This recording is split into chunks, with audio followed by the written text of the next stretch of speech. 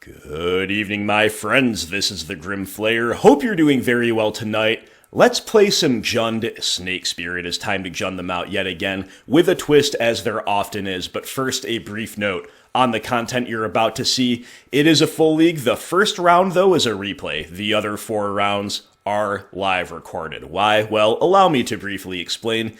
Found myself with some free time the other day, so as you guys may know, it's really hard for me to come by enough free time to play a league. I almost always have to commit to making a donation league happen during that time, but I was just feeling under the weather, wasn't really feeling up for recording, and I had this Jund Snakespear list next in my queue, so I said, well, I can't bring myself to want to fire up the recording software today. Why don't I just run it through a league, off camera basically, and if it ends up being good replay content, I'll rework it into a replay if the donor's cool with that. If not, well, at least I'll have some reps under my belt for when I do decide to live record the league. However, in round 1, I run smack into a Patreon supporter, Daniela MS. Big shout out to Daniela, and I got really hyped to see him. It's just really cool to run into patrons. And as I later found out, it was actually his first time ever playing mid-range through a league. So really, really exciting on a couple different fronts.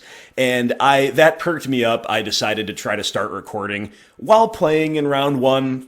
Safe to say I failed. And in between round 1 and round 2, I did end up getting the recording software working for me rather than against me. So round 1 against Daniela has to be brought to you in the form of a replay, which I think will be actually suitable to the content. And also, then the rest of the league is just as normal. So there you go. That's what you're about to see.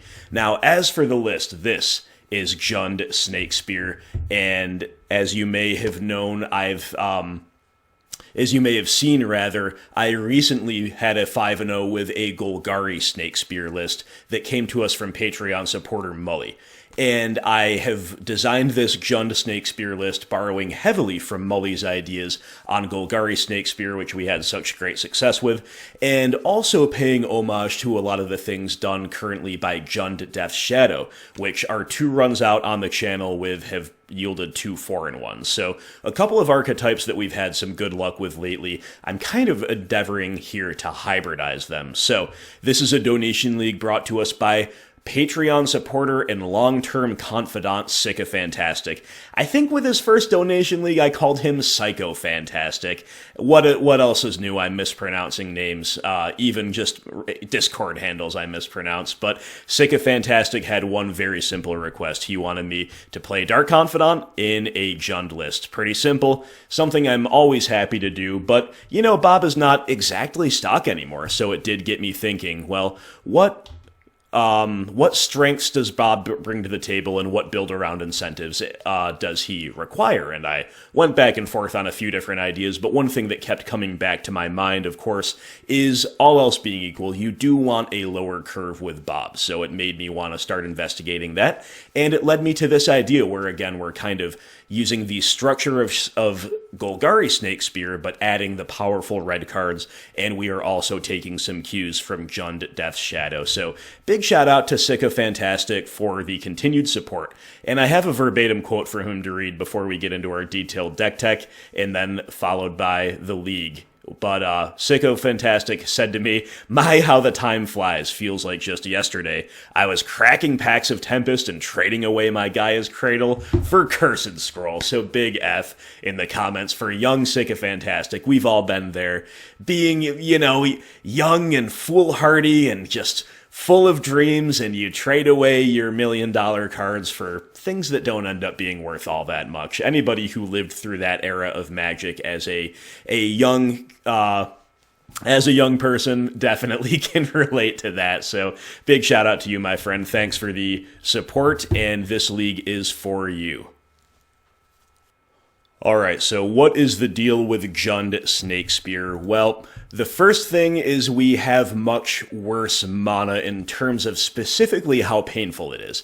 And that's always a problem, but it's arguably even more of a problem here for Snakespear, because the structure of Snakespear decks, I say that like they're a recognized archetype outside this channel, and the structure of Lurrus decks It is very low curve. You really want to use your mana every single turn to its maximum. Specifically, the card Hexdrinker itself allows you to do that all of the time virtually, and you also really want to double spell a significant amount of the time. And on Rock, that's great, because most of your lands are painlessly entering untapped. On Jund, you're having to fetch and shock a whole lot more to accomplish that, while also keeping your color production where it needs to be to cast all of these different colored spells, right? So, in short, all of that adds up, and it actually takes a real toll on your life total. So to that end, I have decided to kind of embrace that anyway, but recognize that it is a weakness. It is also a strength, though, of course, to have access to some of the red cards, but you'll note that there are no one-shot life gain effects. I was thinking the mana here is simply too painful to make a card that is decent but not backbreaking like Collective Brutality, which I do like in two-color decks because it gives you life gain and utility on top of your already relatively painless mana.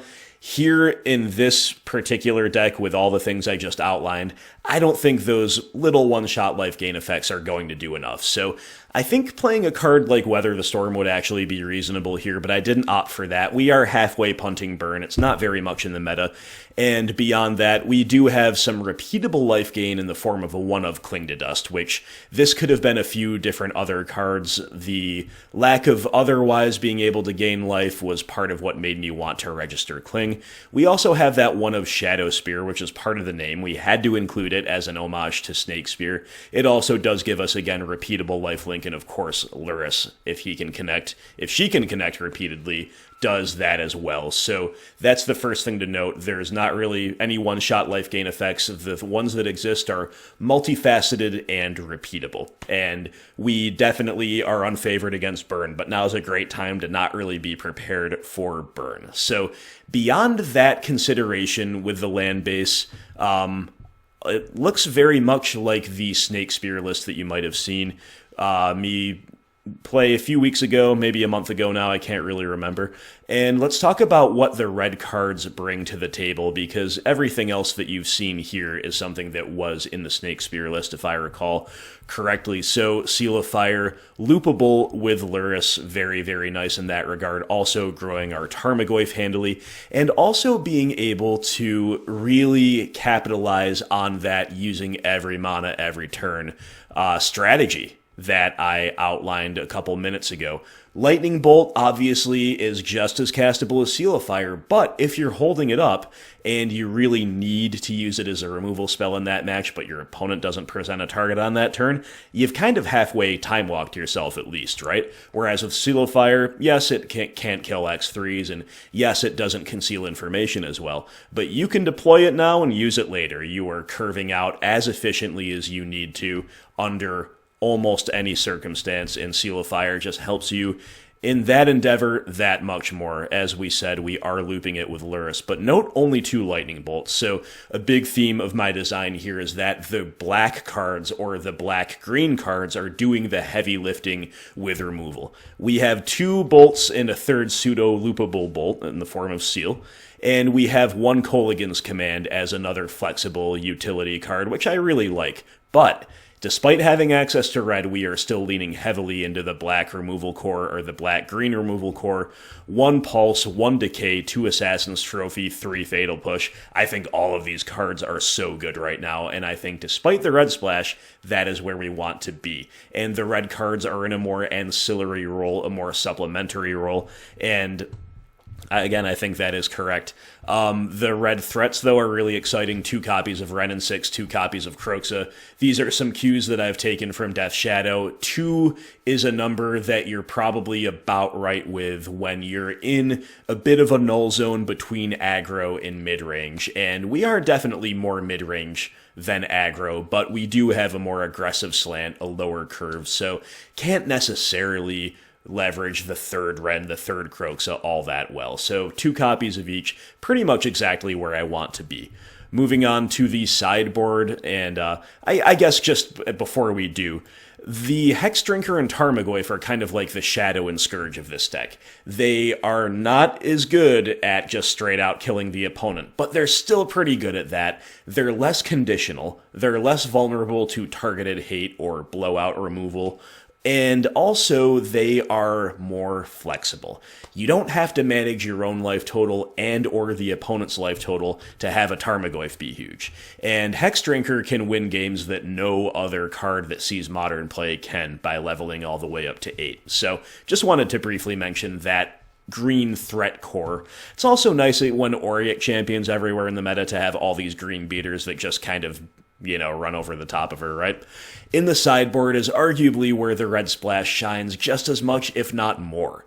Let's talk about those cards first. So 3 copies each of Cleansing Wildfire and Boil. I hope I don't need to go into why these cards are awesome and why they are a huge incentive to make Snakespear a Jund deck, simply because Rock does not have access to these land hate cards, and that is a very, very important thing for a mid-range deck to have access to. One of the big appeals to Player Red, in my opinion. And then 2 copies of Terminate. Terminate is a main deckable card, for sure. There's a lot of creatures going around right now, but with my specific configuration, I think Terminate is best conceived of as a sideboard card. I want my main deck removal to be as flexible as possible, to be able to hit the card Goblin Charbelcher, to be able to hit the card Phyrexian Unlife, you name it. We got answers to it, hopefully, to be able to hit Ensnaring Branch. The list goes on. Terminates coming from the sideboard as a best-in-class kill your creature spell to overload to get a critical mass of those effects in the matchups where we need it. And rounding out the non-red cards, 2 copies of Veil of Summer. I really appreciate, by the way, the feedback I got from a few of my core Discord denizens, and one point of contention from them was whether Veil of Summer is a good fit in this deck. I contend that it is. As we unfold the League content, you will see whether or not that comes into play.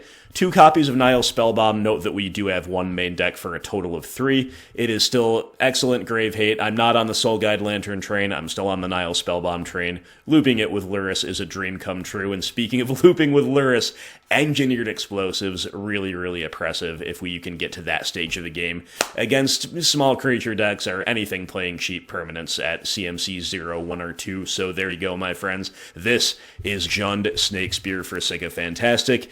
That is the structure of the format you're about to see. Thank you so much to our donor once again, Sycophantastic, and thank you to all Patreon supporters, including our 2 newest ones. We have an Inquisitor named Matt, and we have an Unearthed tier member named Boros Taxes. Hope I got your names correct, my friends, and thank you so very much for supporting this content. Without any further ado, let's go check out round 1 against Daniela.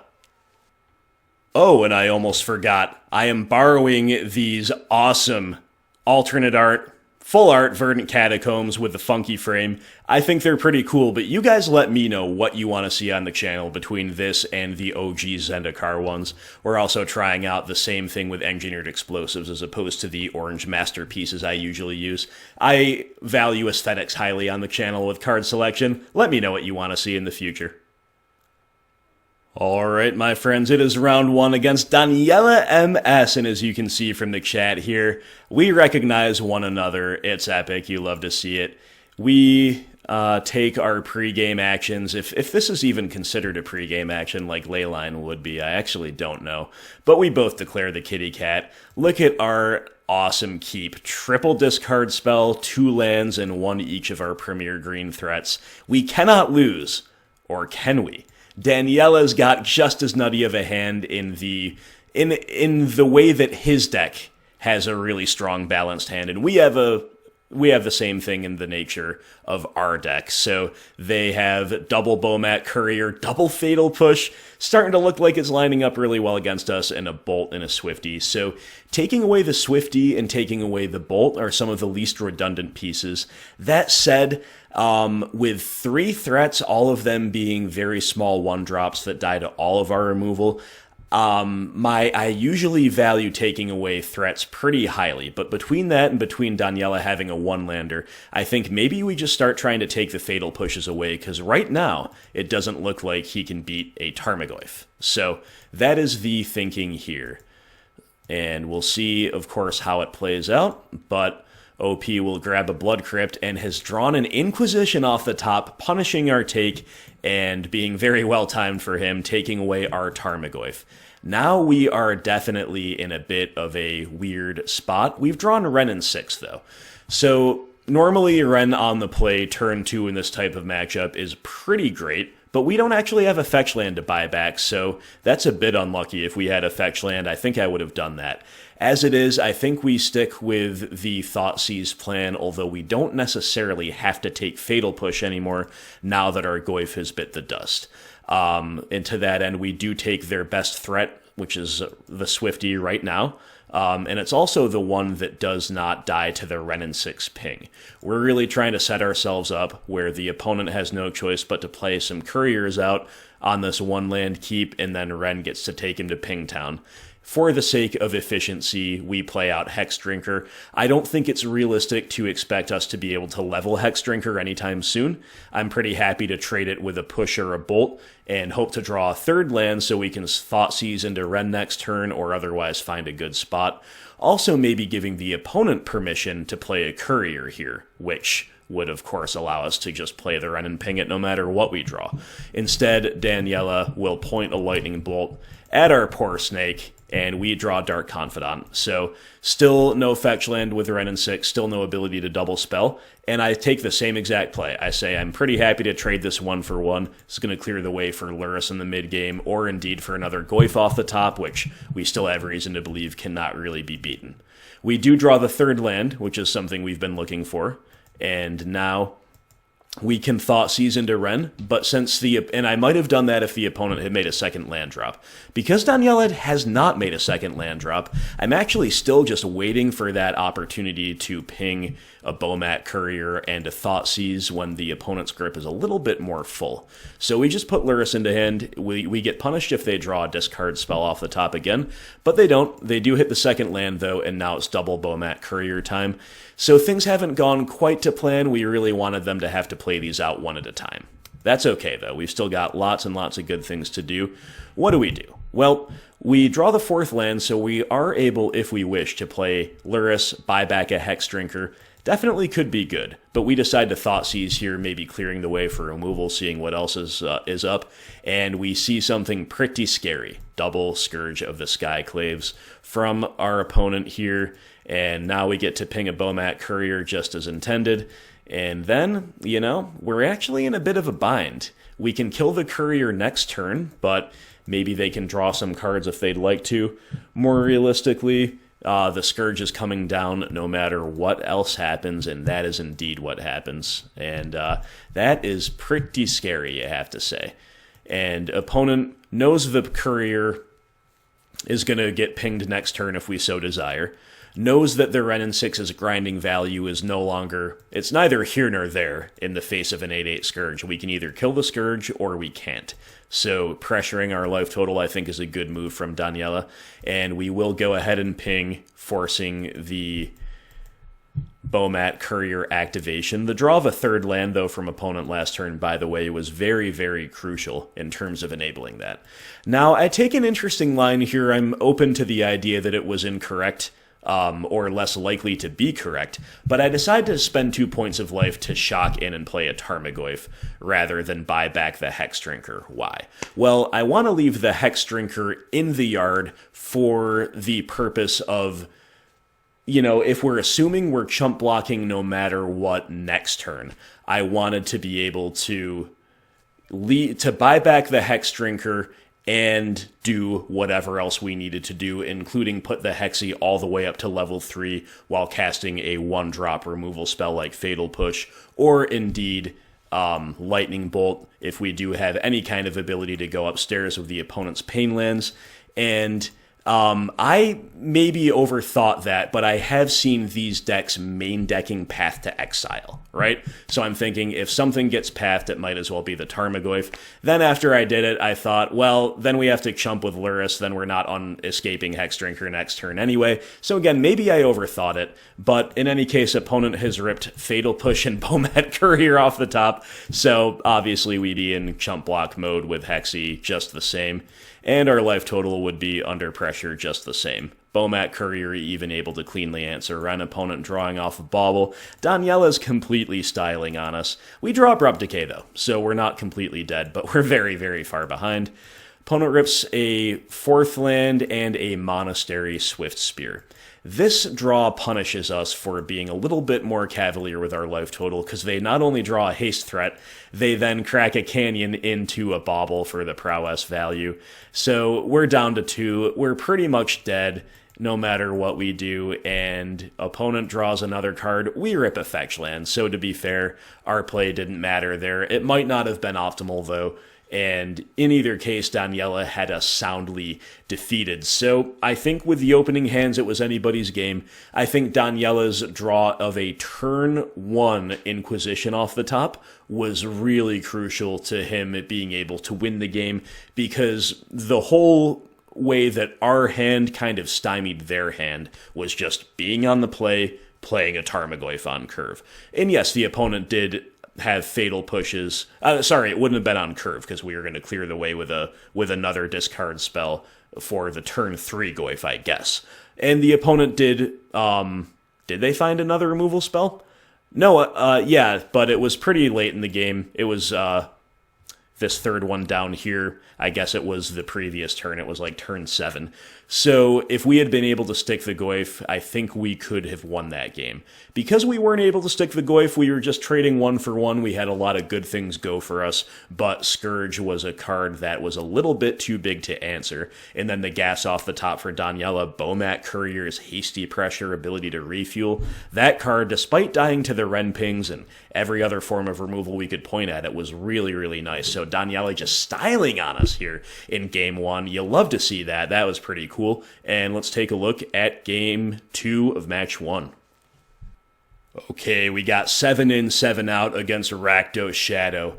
In comes 2 copies of Terminate, 2 copies of Engineered Explosives, 2 copies of Veil of Summer, and a second, but not the third, Nihil Spellbomb, trying to strike the balance between being too grindy, too slow, basically, and having that really value-positive, relevant interaction.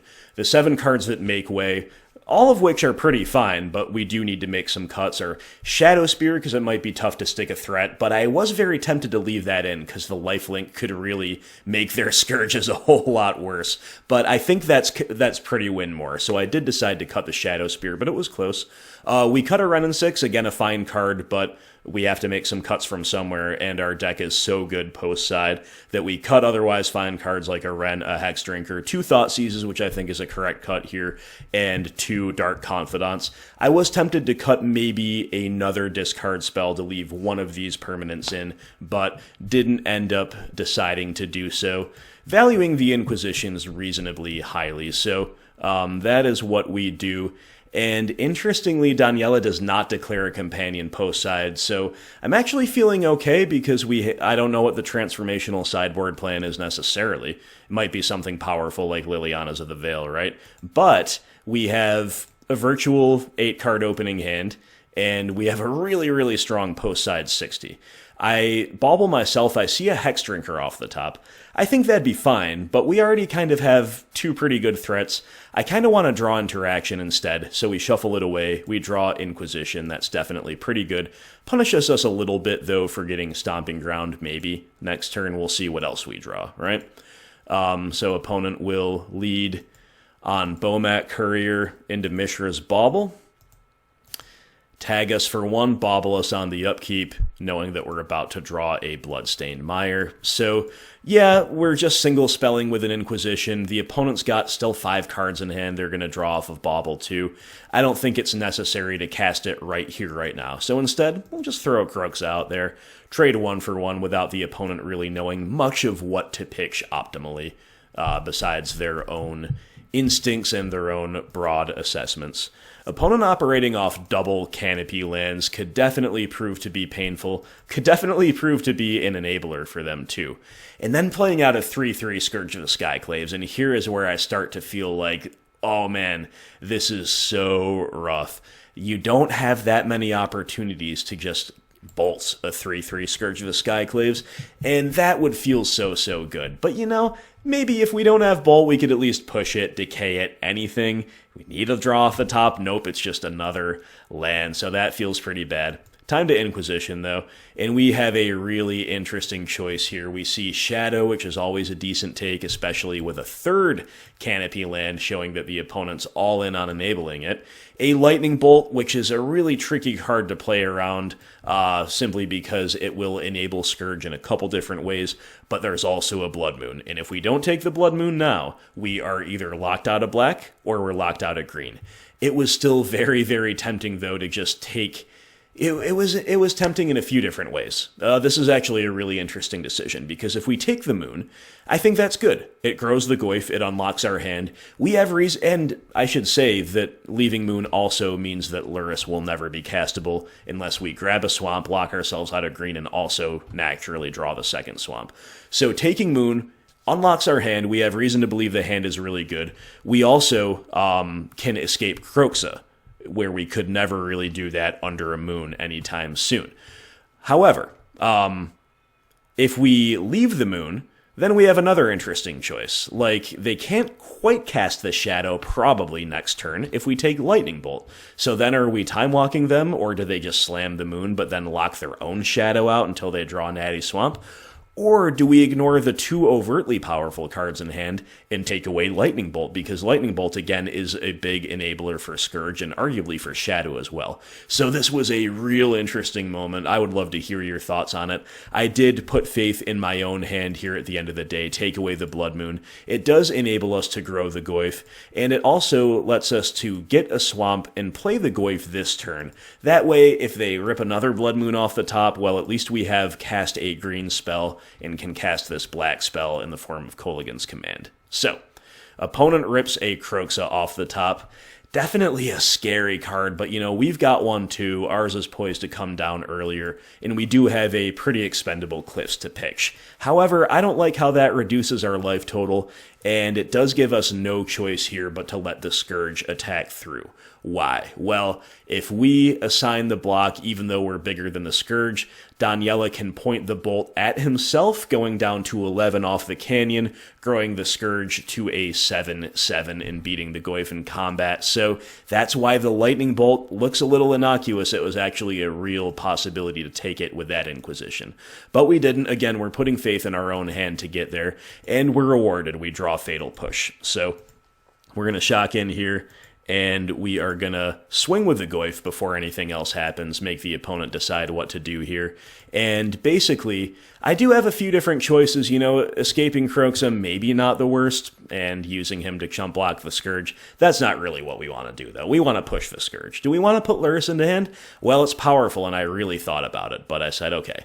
Second main, push the Scourge before they can draw a protection spell, and then we are going to try to find the optimal window to K-command the Shadow out of their hand, because the Shadow is now the next threat we might not be able to handle. Daniela does go for the bolt on the end step. You understand why, because they have us to 3 once they bolt. They're in a race. They don't have reason to believe they can kill a Tarmogoyf unless their top decks are kind. And they have a hasty attacker on the field. So I think it's a fine play, but it does give us a window for the more or less perfect K-command, destroying their artifact, not allowing them to refuel off of it, and forcing them to discard the Shadow. So I'm pretty happy with the play here overall. It definitely, I think, gave us a great opportunity, but we are dead to a Lightning Bolt off the top, and that's the only thing that's got me sketched out. But I was like, okay, they've already seen one, the odds of that are not that high. But little did we know we are also dead to a Lava Spike.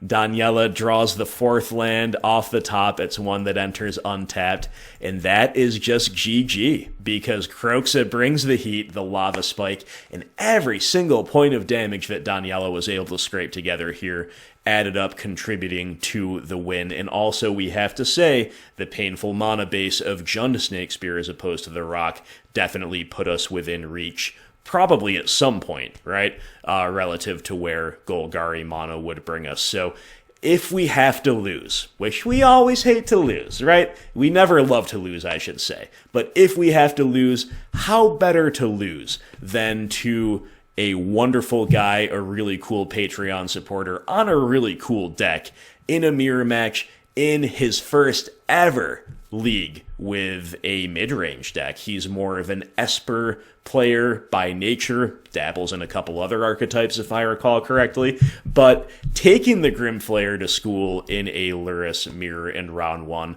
love to see it. So big shout out to you, Daniela. Congrats on the win here. Unfortunately, Daniela did not go on to 5-0. We were hoping if he beat us to see him in the 5-0 dump. Not to happen this time, but he will get there one day, I have no doubt.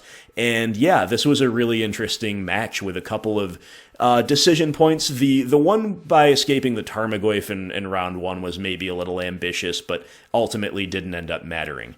The discard decision to take Blood Moon ended up mattering a lot. The way it played out, I think it was rewarded, honestly. We just kind of lost to the land off the top, where otherwise we were in pole position. But obviously things would have gone very differently if we had taken the Bolt, or taken, maybe not even the Shadow, maybe just taken the Bolt, taking the least obvious thing. So much to think about, much to consider. Anyway, my friends, that is the replay of round 1, and as I described in the intro, we are now going to pass you off for live recorded content in the rest of the league.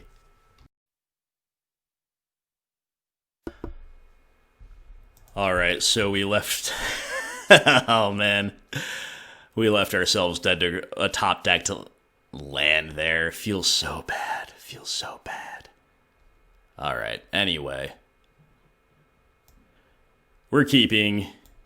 I don't know if I could have sequenced that any differently. I mean, I could definitely have sequenced differently. But I don't know if sequencing differently was correct. At the time, I was thinking, leaving ourselves top deck to a land is probably okay. In practice, I don't know how okay it was. It crossed my mind at some point, and then going back, and then, later in those decisions, it had admittedly faded from my mind. So, on average, I don't exactly know if we had any other lines there, but I'll need to, that were better on the whole, but I will need to look back at that. Anyway, you love losing to A, mid-range friend, B, a Patreon supporter, and C, the card Kroxa. If we have to lose, let's lose that way, right? OP on a deep maul here, and then attacking with a Giver of Runes, which, these are some pretty good signs for us. So, Blood Crypt gives us perfect mana. Identifying this as some kind of a Taxes deck, I did want to get my fetching done early. We draw Lightning Bolt, which would have been better last turn, but is still pretty darn good.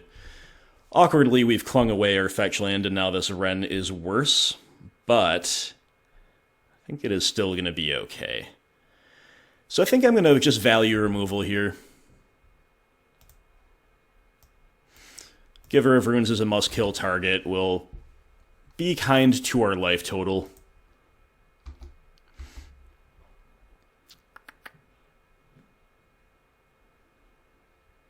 Opponent drawing Eldrazi Displacer. Alright, we bolt the Giver.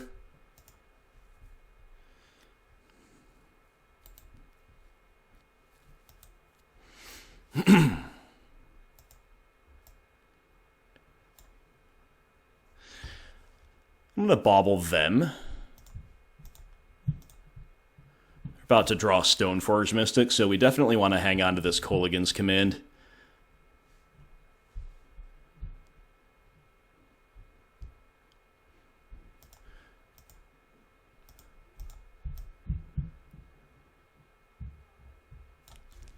I'm just going to play a Kroxa here. Dark Confidant is good too, but I think we have enough to do. I don't want to get cheesed out by, beats plus bad bob flips, right?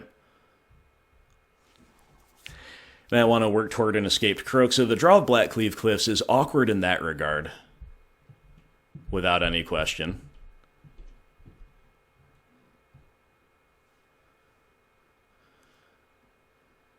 It's neither a fetch land nor an ETB untapped land. An opponent draws another Eldrazi Displacer, so Stoneforge is in hand. We draw Nihil Spellbomb.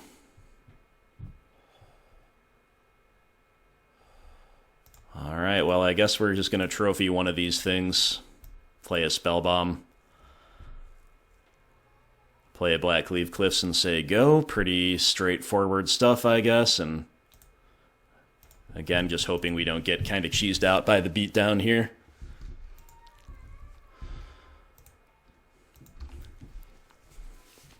It wouldn't be cheesed out. I don't know why I'm using that terminology. That's not really correct. It's a good, honest 3-3 beatdown plan.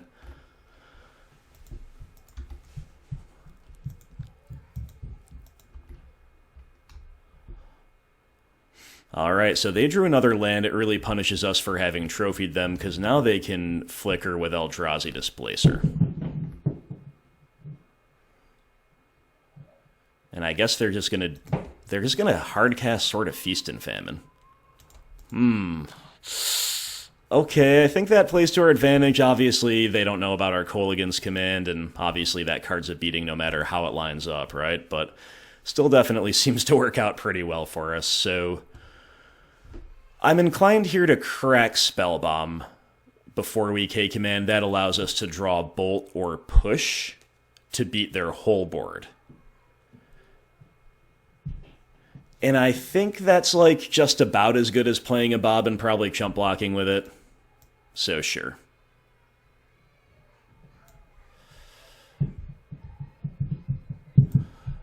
Alright, I'm simply gonna thin out just a tad first.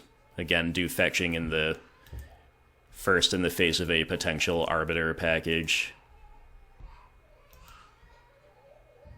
I'm sorry if you can hear the kids absolutely raging right now. My apologies, friends.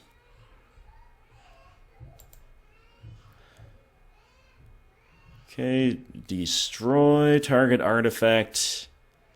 2 damage to any target.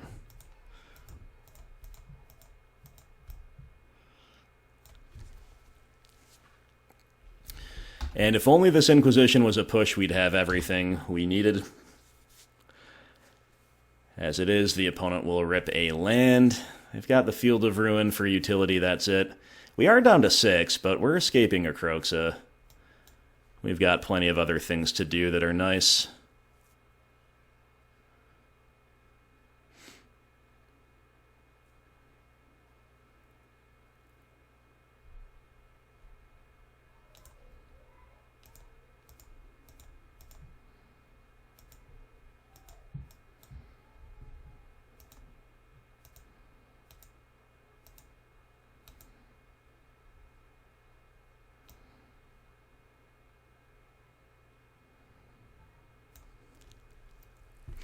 I don't think I'm supposed to play Bob here because they'll just probably not attack and hope the flips kill us if we do, right?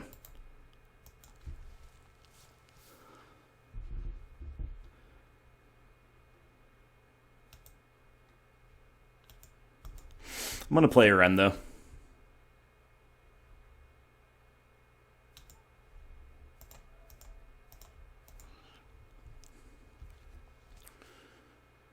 Pinging with Wrenn, I don't think changes the clock appreciably, so I'm gonna... Well... I am gonna ping them just because I think that the life loss of the fetch land is not free. So even though right now it doesn't seem like it changes the clock, maybe it will at some point in the future.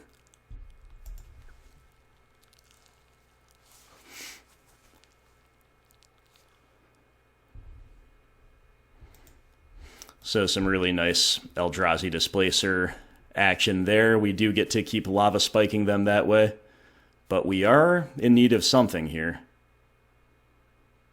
Wow, Thought Knot Seer. Okay, I think that kills us.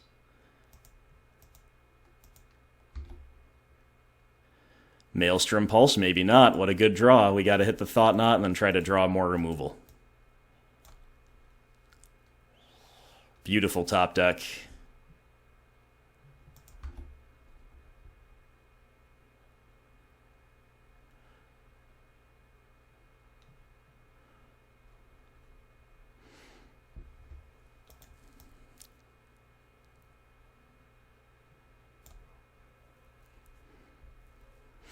Bauble, not so beautiful of a top deck. Let's get a little more information out of the opponent here. But really, we need to try to draw. Okay, Sacred Foundry. No new information is available. So, if we draw a kill spell, obviously that'll be good here. If we actually just, like, play a Cling to Dust, we can get another turn. That's probably correct here.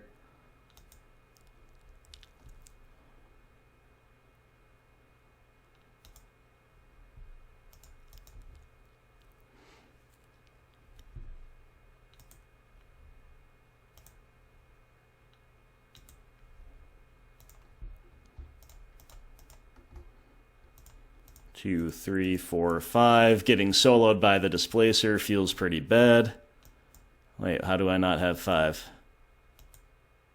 No. Cancel. Okay. Cling. Here. Pay. 1, 2, 3, 4, 5. Okay. We live to fight another turn. Maybe.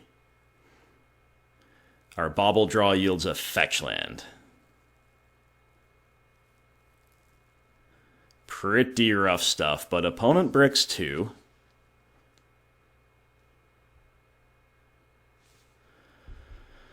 Alright.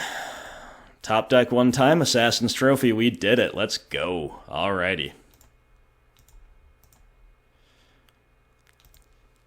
Unfortunately, we had to exile all of our useful things with Lurrus, but thankfully we do have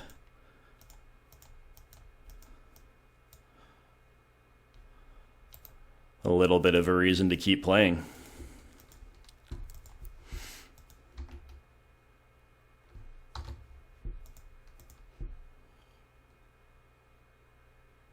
OP just flooding. Feel bad for them, but we do need that.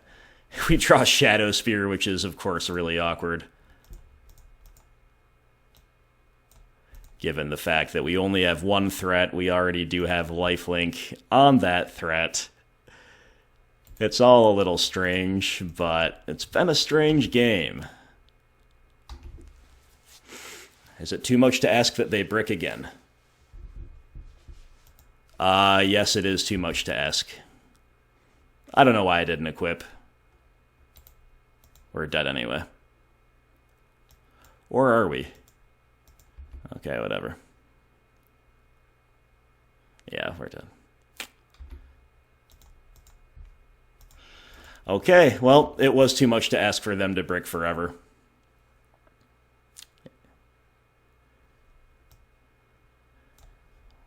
And we draw Thoughtseize.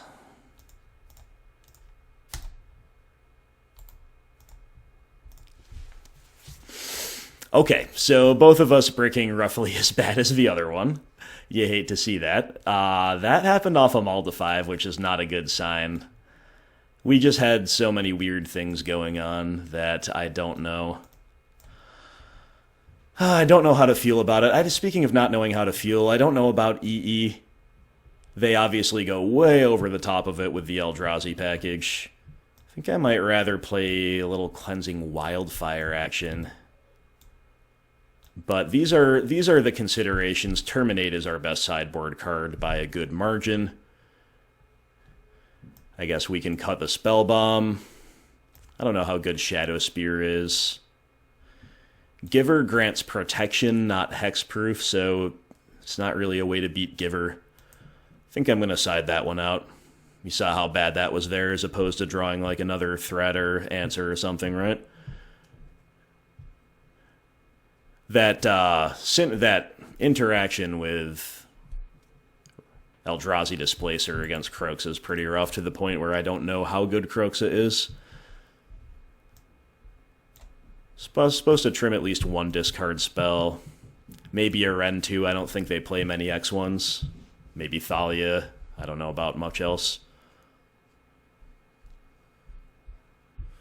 Most of the rest of our deck look justifiable, so Actually think I'm supposed to cut this Cling to Dust and maybe a Thoughtseize.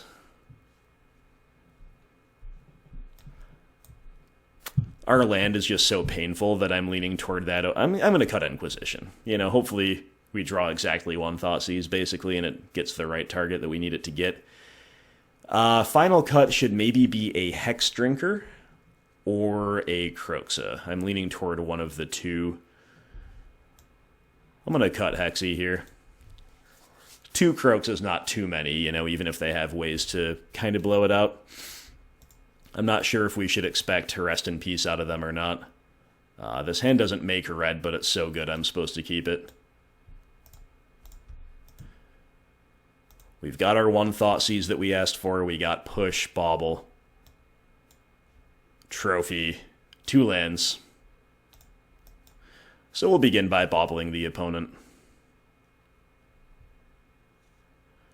to inform our Thoughtseize decision to the best of our ability.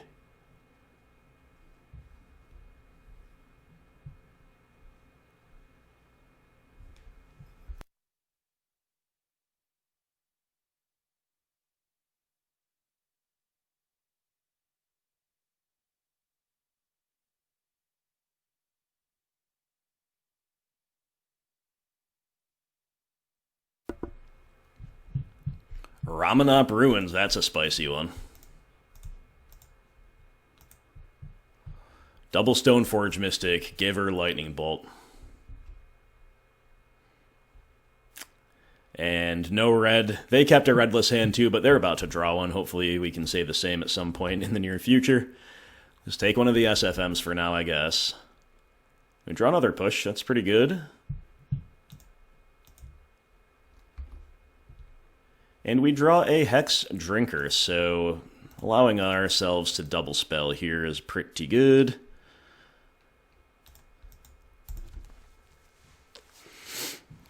The third land would be a great draw now. If it could be red, that would turn everything on. It would let us eventually get Lurrus into hand. It would let us put more levels onto Hexy. Okay, they go get Batterskull, which I respect. We draw the red land. Love to see it.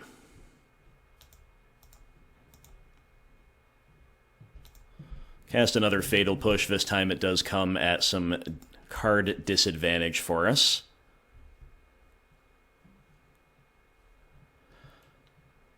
I think I want to force them to use the Lightning Bolt on Hexdrinker, so I will level up, pricing them into that play next turn. Whether on their turn or on ours, right? They draw a third Stoneforge Mystic. Okay. Rough.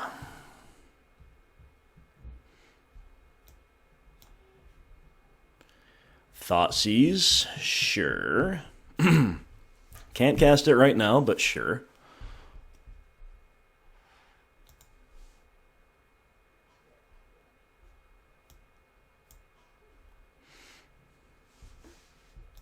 Alright, yeah, let's draw out the Bolt. Thought about offering the trade. Whoa! Okay, Bolt is not drawn out. Wow.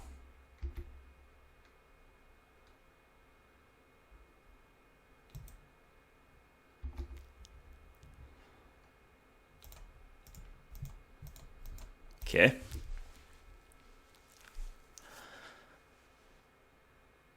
Not sure if I understand that.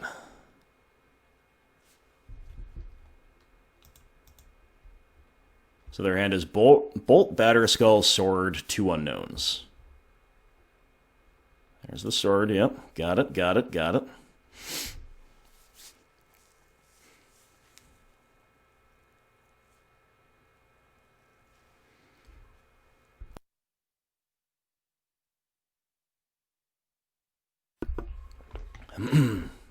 They might be sitting on or assuming they can soon discover a blink effect to reset the Hexdrinker. I mean, I understand that there are plenty of potential outs here.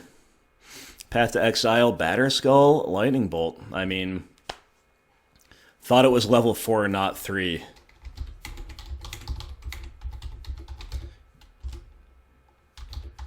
Opponent says, can't zoom in on card. I see, I see. Well, that is unlucky. I think I'm still going to take the skull here, save our trophy for something else.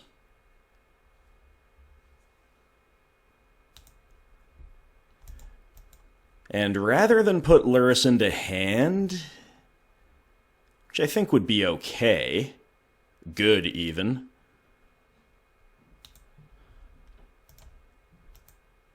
I'm going to put all my levels on the snake, next turn enabling level 8 plus hold up trophy, or level 8 plus put cat into hand if we draw an untapped land. Gotta be wary of getting burned out by Bolt, but we're not really there yet.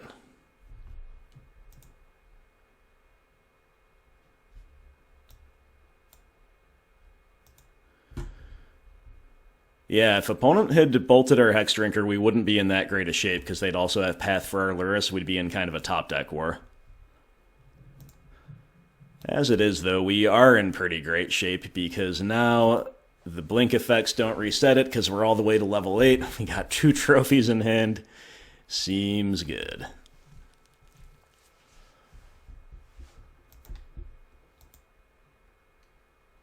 Yep, Bolt upstairs makes a lot of sense. Probably looking for Reality Smasher off the top, which we can beat just by pitching one trophy to the other one. That's the game. Alright. So, unlucky from the opponent. A little bit of a misplay gives us the window to steal the game. Would have been anyone's game from there. You know, we had good answers in hand. We would have been taking it more slowly. We didn't really learn anything new about their deck. We know they're a Stoneforge Mystic deck. I mean, Path and Bolts. I think we already knew about Bolt. I think we already assumed Path, right? So, on the draw, I could easily bring back an Inquisition, especially knowing about their high density of reactive cards. Should we play without Cleansing Wildfire on the draw? What does that turn on for us? We bring back... I don't think we want the full 6 discard spells necessarily, but we could bring back like 1 Inquisition, a Cling, and the second Wrenn. Second Wrenn's a little meh to me.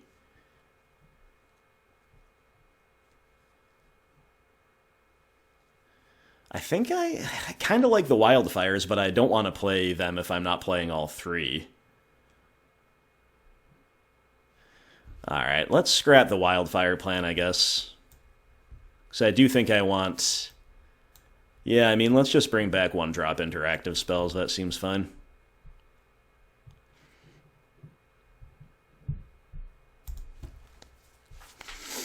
Wildfire makes more sense on the play anyway, for us.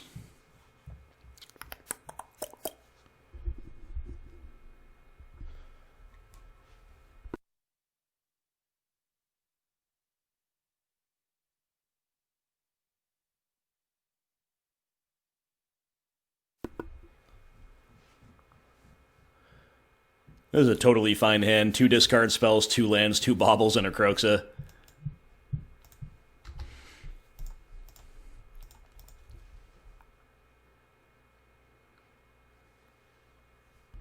And we draw Stomping Ground. Sadly, we cannot get Scry value here because we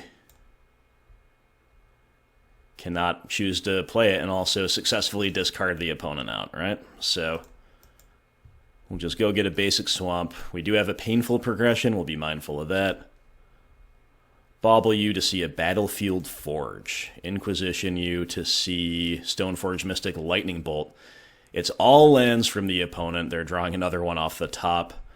With that in mind, I am going to run out this other Bauble. I guess valuing the ability to draw more cards. Going into my next turn, give ourselves the maximal options to curve out.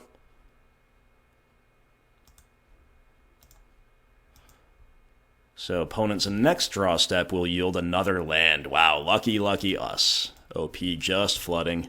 And we're drawing a couple Terminate, seems good. The Inquisition and Thoughtseize seem less good. That's for sure.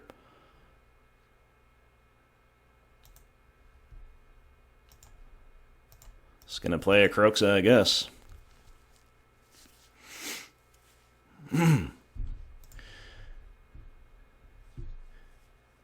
Should maybe have fetched, but I don't even know if Arbiter is in the deck, to be fair. And they're definitely not drawing it next turn, even if it is.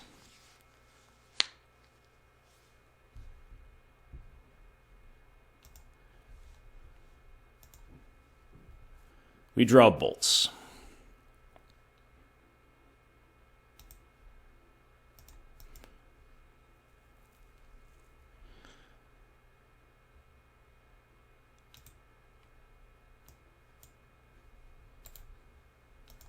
Okay, just putting Lurrus into hand here. Next turn, if we draw an untapped land, we can either escape Kroxa or we can Inquisition to force the bolt out of their hand and clear the way for Lurrus. If we don't, I don't know what we'll do. Maybe we just Inquisition to do something and to force the bolt. OP finally deploys that Field of Ruin. We draw a trophy. Yeah, that sucks.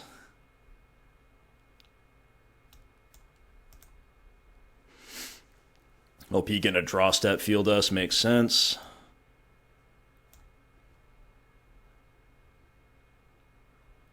Let's go get red.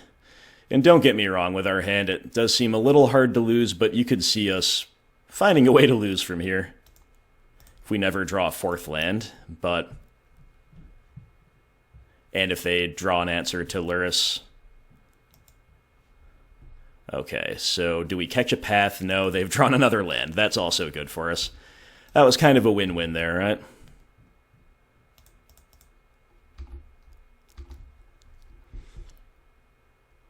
They draw yet another land. It's Ramunap Ruins. I'm thinking about bolting upstairs just to be... Nah, I'm not gonna.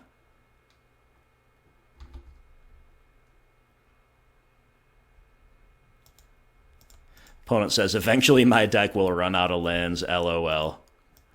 One would imagine so, yes.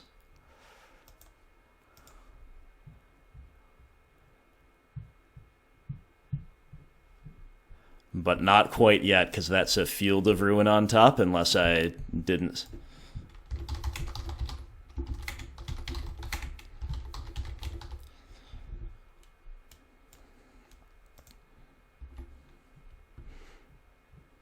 We do draw a fourth land. It is Blackcleave Cliffs.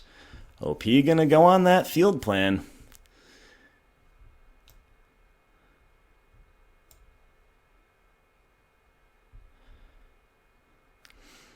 I'm gonna get Forest even though we don't strictly need to. And it does not let us help us escape Kroxa. But should be relatively difficult to lose from here. Let's Bauble now.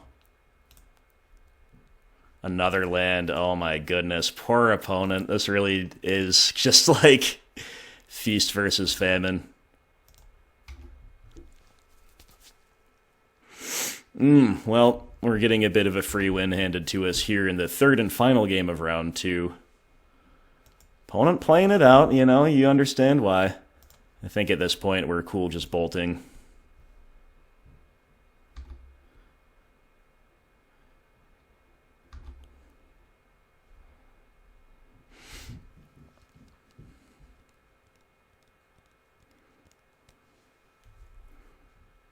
It doesn't matter much what we do, does it?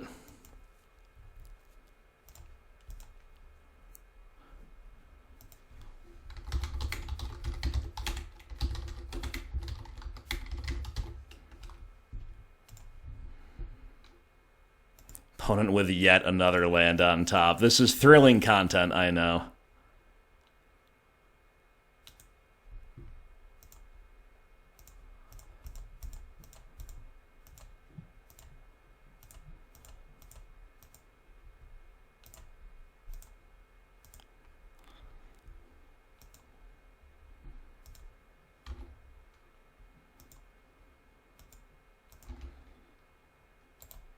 So if we had gotten a non-forest land off of that second Field of Ruin, opponent would have been dead to Seal of Fire there.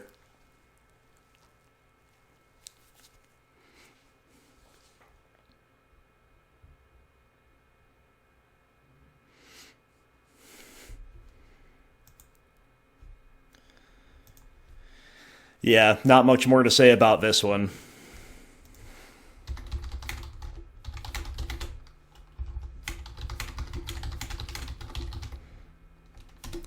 Better luck in the rest of the league. What more can we say?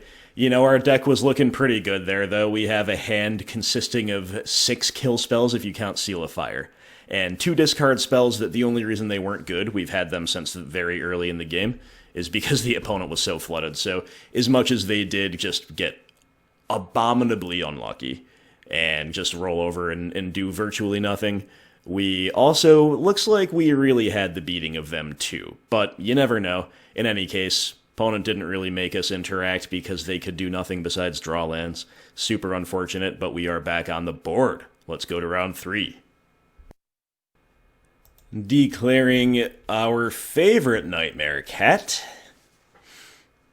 The opponent will do the same. We've got a 1-land keep. I think we're probably supposed to keep it. This hand looks completely nutty against a Lurrus mirror of virtually any kind. We have a Bauble to see an extra card. I'm gonna get a Blood Crypt, I guess, and keep it. It feels bad to have to get Blood Crypt, though, because we can draw Blackcleave Cliffs, and then we'll be greenless, maybe until we draw a 3rd land. So that complicates the nature of the keep. I still think I'm gonna keep it, though. You know, we could also have the opposite problem, draw Forest, not be able to cast Kroxa after, or Lightning Bolt after we go turn 1, like Overgrown Tomb, discard you, so I will keep it. I will get Blood Crypt. Both of these things could punish us. On average, I think it is fine.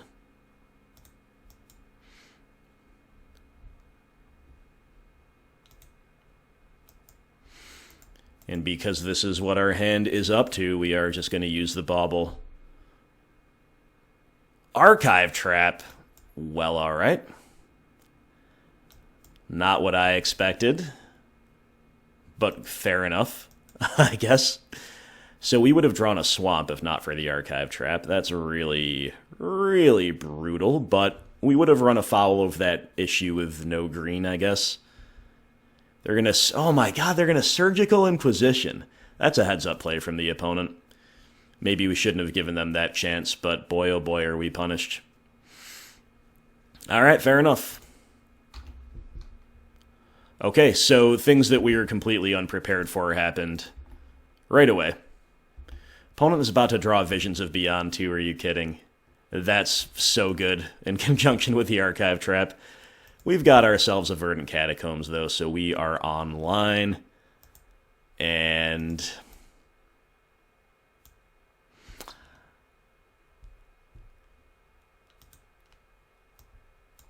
I guess we want Kroxa here.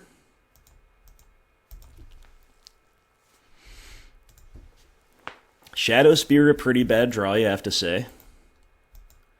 We show no signs of equipping it anytime soon. Oh, we get the Visions out of their hand. They might have another one. I was thinking they're so close to turning it into an Ancestral Vision that was a draw that really scared me. But they pitch it, so maybe they're a little low on lands. Ruin Crab. Okay, I was going to say, surely they have at least one more. With that decision, and that does indeed come to pass. Alright, we draw a Hexdrinker. That's a good one. Bolt the Crab. Play the Hexy. That's the 20th card in our library, so if our opponent has indeed another Visions, that's going to really suck. But when they go keep 7, T1 Archive Trap, Blind Surgical, and then they have 2 Ancestral Visions in hand, basically, it's classified as a nut draw. The only thing we could have done differently is not given them priority, maybe. Here's another thing I was just about to talk about. The Bolts, you might say, is better saved to go upstairs, but number 1 will race better by getting the Hexy down earlier. Number 2, there are important Abrupt Decay targets that Bolt cannot hit, like this Mesmeric Orb. So, the draw of a 3rd land I will definitely take here.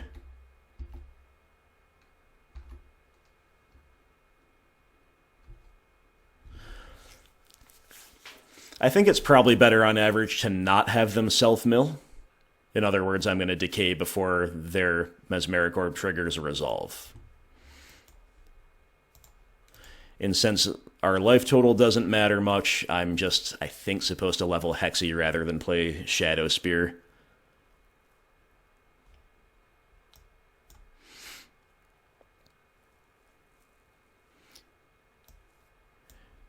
And we decay first in case they were slow rolling a push. We don't waste this mana. We could have then played Shadowspear for whatever that would have been worth after the fact.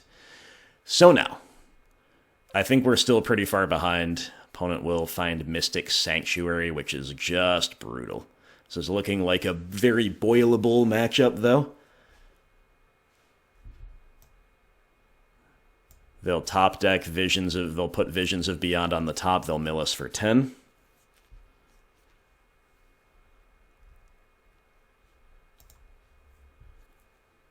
We draw Swamp. Alright, time to escape Kroxa and hope they can't answer it or kill us. Oh no, we don't have double red. Raw moment.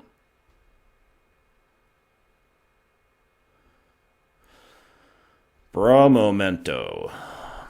So,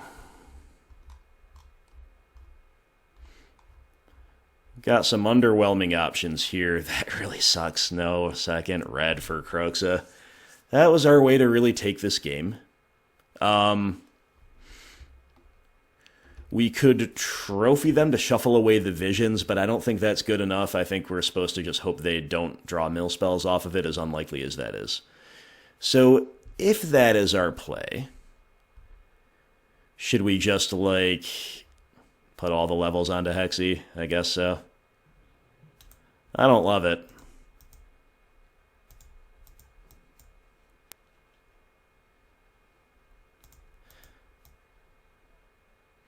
We cannot play and equip Shadowspear, so I'm just going to shove all in here, giving us the chance to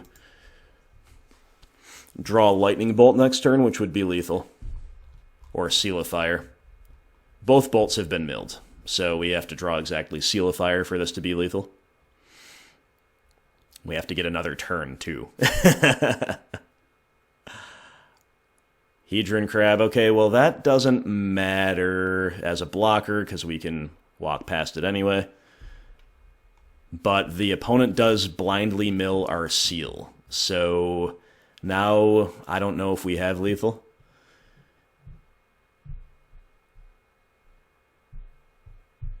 Maybe if they fetch for some reason. I mean, opponent seems like a calculated player, so if they fetch, I guess they can probably kill us. Okay. Well, or did they just walk into Death by Progenitus? Let's find out.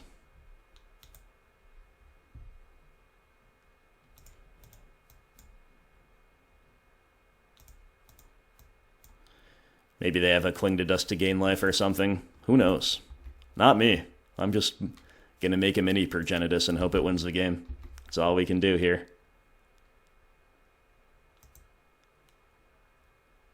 They're pausing on declaring blockers. I think did they walk into the Progenitus? They sure did. Wow. Okay, so if opponent hadn't fetched, I mean, they didn't have a lethal mill spell in hand. So Even another fetch land doesn't outright kill us because we mill 6, and then we draw for turn and we're at 0 cards in our library, and we get to kill them. But they could obviously have top-decked one, right? So I think it really well played from the opponent. Besides that fetch at the end, that was an easy thing to overlook, of course, but it did definitely help us get there. So sideboarding against Mill is tricky, because there's a lot of things that are good but high variance. Boil is like, it's good but slow, you know? A lot of the damage can be done before a Boil even resolves. I don't think I'm playing Terminator Wildfire. I think EE is okay. I think Spellbomb is okay. I maybe want like 1 EE, 2 Spellbomb post side. I don't know if we have room for all the Boils and if we want Veils of Summer necessarily. Veil of Summer does a good amount, but it, to a large degree, depends on how interactive they are going to be post-side. I'm going to cut Shadowspear, pretty easy cut. I will also, I mean, there's just going to be not that much that's bad. I think I'm going to cut 2, possibly 3 Fatal Pushes, try to kill the crabs with all of our Bolt, Seal of Fire, Decay, maybe Trophy type things, or maybe we don't want Trophy. What about that? Maybe no Trophy, because ramping them early is pretty bad. So we could leave a push in just as a way to kill the crabs, and then we have 5 slots. We don't have to cut anything else. I think I like that. So let's play an EE, a Spellbomb, number 2. And then do we want maybe 1 Boil, 2 Veil of Summer, or like, we know that Boil's live, we just know that it's slow. So I'm going to play 1 Veil, 2 Boil. And we're going to see how this goes. We're going to see how they're configured. And hopefully we're just going to win and then we get to forget about it, right? But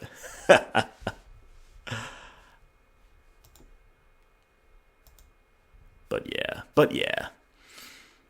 All right, it goes Inquisition into Goyf. We have Veil as a backup. Opponent will mulligan. I think we're keeping.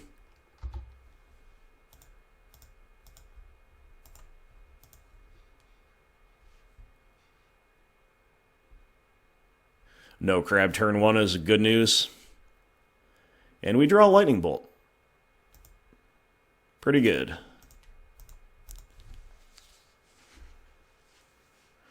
Opponent has Surgical, which we do not care about at all yet. They have a crab they've been protecting. They also just have a Glimpse the Unthinkable. So the crab represents something that mills us for 6 and then dies to bolts. The Glimpse represents a straight-up mill 10. We might regret if they draw more crabs, leaving this crab.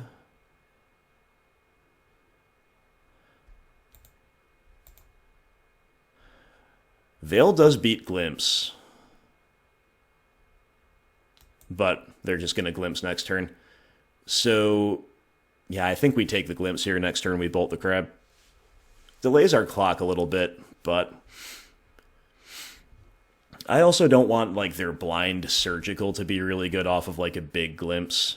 I don't really know necessarily what I'd be that worried about, but these things do happen. Okay, so no good Surgical targets yet, or when I say good, I mean it's something that would be good for them if we had it in hand. Nothing of that applies at the moment. Wrenn, some lands, yeah. No duplicates, so good news for us. Hexdrinker. Once again, Hexdrinker coming at the perfect time to double spell. I think I'd rather do that than hold up Veil.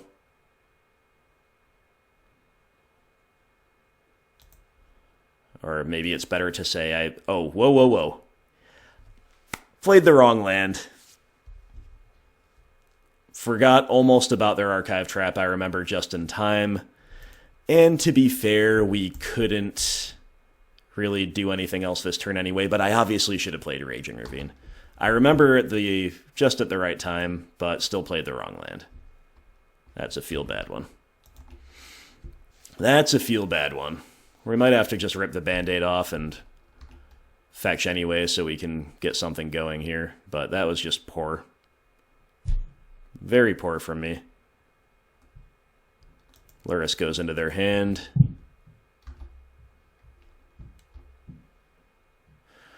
I mean,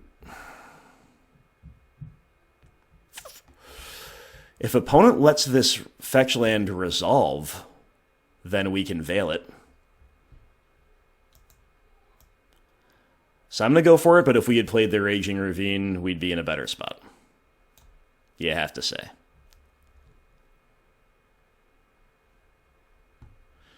I don't even know, actually, if they have priority. Anyway, it doesn't matter.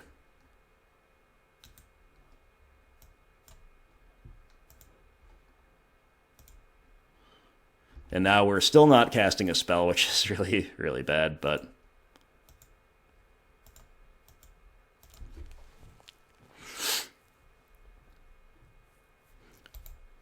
Turn off auto yields because we drew an Inquisition. Talk about getting rewarded. Okay, so I'll stop saying it now, but I did play the wrong land. Then they're going to Surgical Veils. That's so fine with me. And now we get to Inquisition the Lurrus away. Yeah, this is working out really well for us.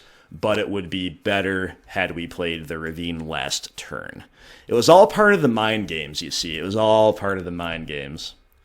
And their last card in hand's a land. Let's go. Alright, some pretty lucky stuff for us, it must be said. And opponent shows us another land. So that's really good for us, and it also is, in a minor way was the incorrect thing to show, but not that big a deal. I guess we can be happy playing 2 Tarmogoyfs, huh?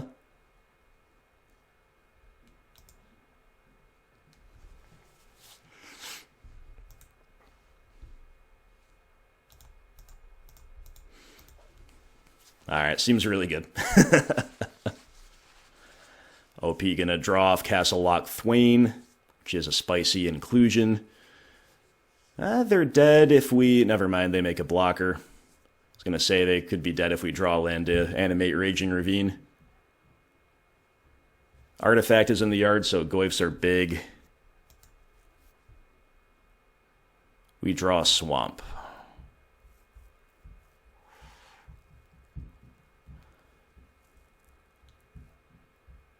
Escape Kroxa, play a Hexdrinker, I guess. Doesn't seem to be any really bad plays. Can we do so without shrinking the Goyfs? Their graveyard is sorcery, land, instant, creature. So as long as we don't exile Planeswalker or Artifact, we can. Again, no bad play here. I'm just going to take an action. So do not exile Artifact, or Planeswalker. Got it. Okay, good enough for me. Alright, so, yeah, 1 or 2 missteps from the opponent. At least 1 misstep from me by playing the wrong land. I'm glad I remembered, though, when I did. Because we eventually got to Veil the Archive Trap, which was nutty. And that was awesome. Maybe I should have both Veils of Summer in here, but they do blow out Trap, they do blow out Glimpse. I just don't know what else they do, and maybe that's enough to play 2. But like I said, I think Boil, we know that it's live. Veil, it's a question mark as to exactly how many cards against which it is live. So I hope you understand that. Having said that, having reasoned that, which I think there's some truth to, maybe we just want both Veils of Summer as a slam dunk here. I don't know, but the one we had was awesome. Our progression was awesome. We got pretty lucky, and after a bit of a nail-biter game 1, we have a bit of a roll here in game 2. So, hey, we are 2-1, doing some work here, doing well with, I don't know what we're calling it, Serpent Jund or Jund Snakespear. I have not decided yet.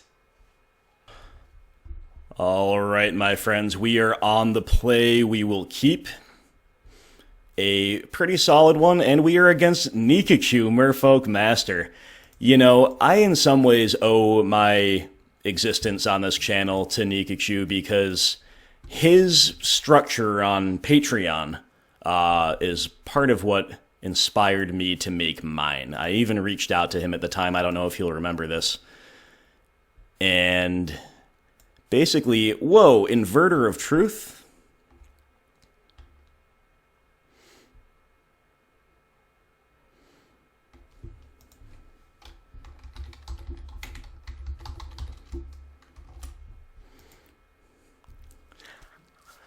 Alright, so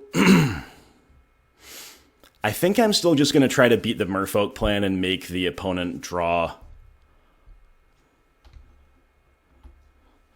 Whoops. Draw a way to combo off on us with that inverter. My reasoning is that, number one, with no kill spells in hand, I don't know if I can beat a Merfolk progression too much of the time.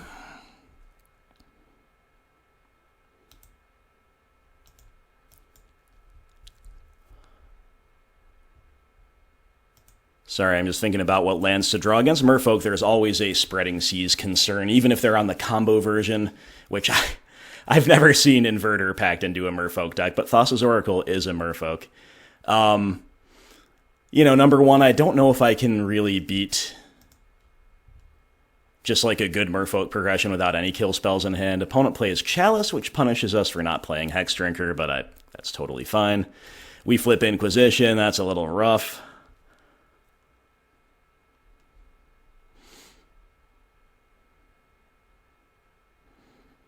And Blackcleave Cliffs. Big yikes. Big yikes.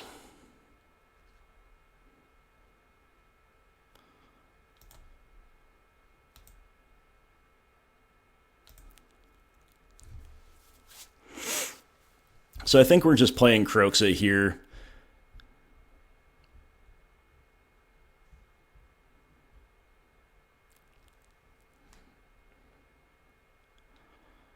I also think I'm going to value thinning and mana fixing and filling the graveyard a little bit more than getting this Blackcleave Cliffs down before it becomes tapped. I did have some incentive to run out just like an Inquisition into the known Chalice simply to fill the graveyard for Kroxa.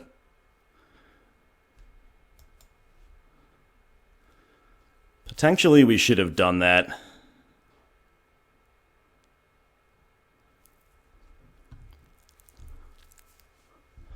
We draw another one. Alright.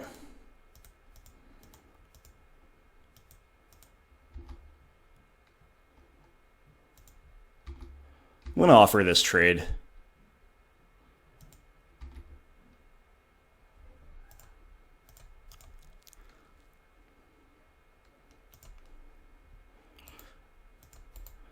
We're just going to like win with Kroxa or not win at all, basically.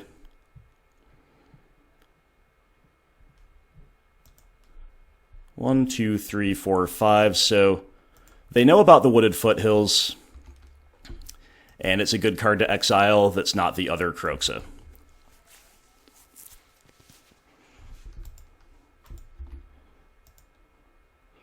Alright, so opponents made a metric ton of land drops. Will they have the fourth after all of this attrition? I am uncertain. Chalice on one doing so much work against us, it's, I think, a little unusual. They do have the fourth one.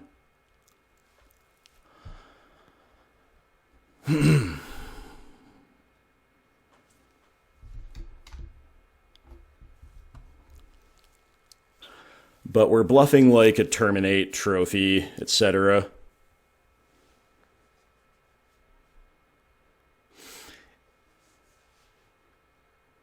And, you know, given how the game's played out, I think I'm happy having Thoughtseize to Merfolk away.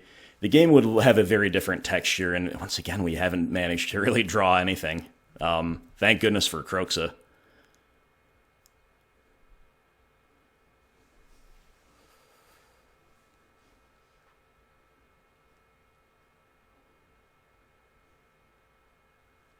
There you go for it.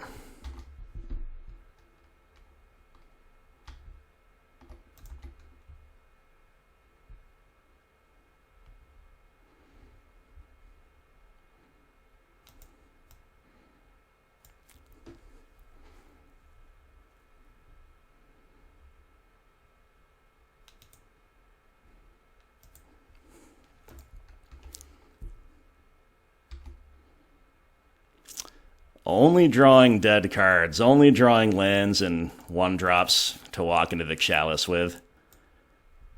Not where we want to be, but Kroxa OP, am I right?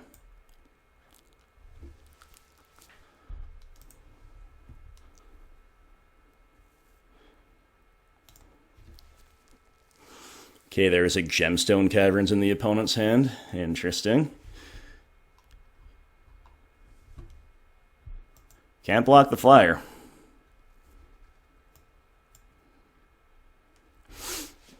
We draw a Tarmogoyf.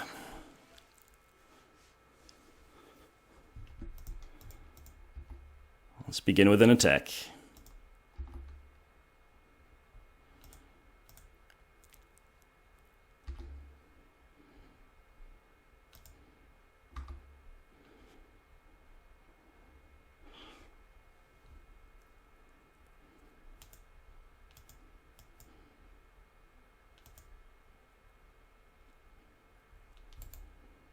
If only we'd drawn literally any castable card, I think we'd be deterministically winning, but opponent does not feel able to beat us with whatever the top deck is, so that will be that.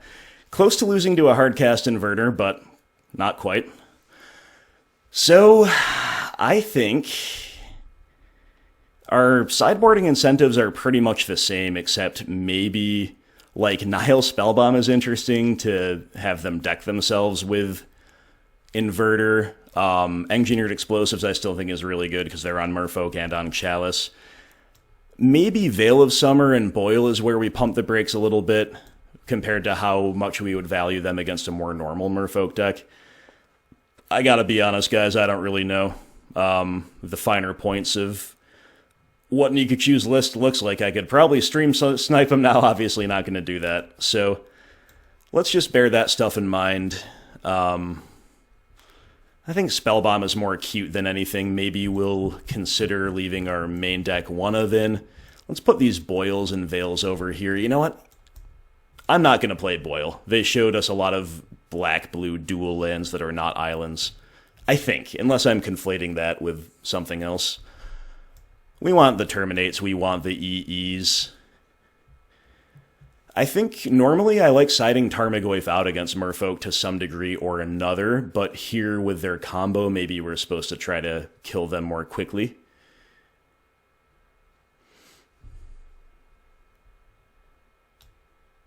So I think I'm cutting a couple Inquisitions, leaving Thoughtseizes to take away Inverter. Maybe we still trim like Agoyf. I'm going to trim around the edges, one Hexdrinker, and maybe only one Veil of Summer is fine, something like this. We could also play with no Veils until we know more. You know what, let's see exactly how interactive they are. So I'll just put an Inquisition back in. No Veil of Summer. Normally Veil is like pretty okay against Merfolk with the ability to beat some of the ETBs, and they're playing Dismember and sometimes Permission, and who knows what else. Again, with this combo, I think our incentives do change a lot. I'll keep this hand. It's soft to a Chalice on one, but we'll at least be able to resolve Seal of Fire underneath that, if nothing else, and then play a Bob and take it from there.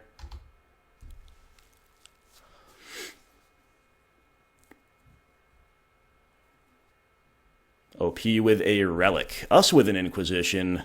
Well timed. Yep, that's going to be the play.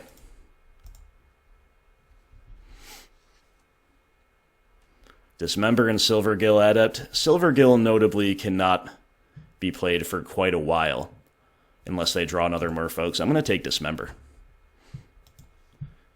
Silvergill, you have to reveal another Merfolk or pay 3 generic mana on top of the 2 to cast it.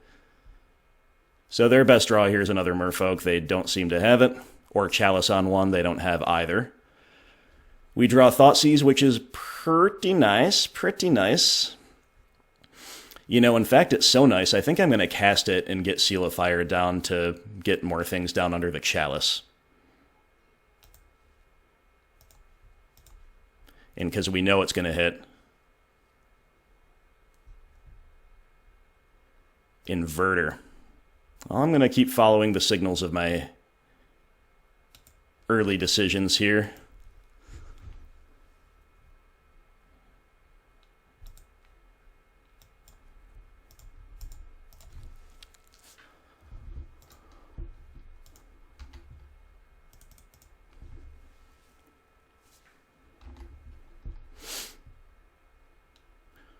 I'm going to lose our Thoughtseize. It makes our Goyfs a little bit worse, but we are looking for the ability to maybe pick up a land with Wrenn and Six at some point in the next, like... I mean, for a while that could be good, right? Then again, they'll probably crack relics sooner than we would have a Wrenn online.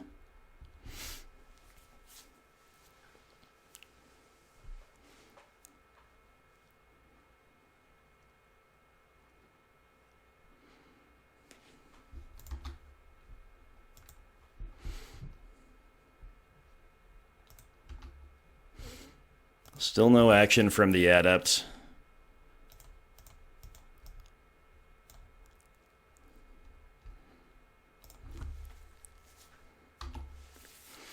We'll play a Bob, we'll say go.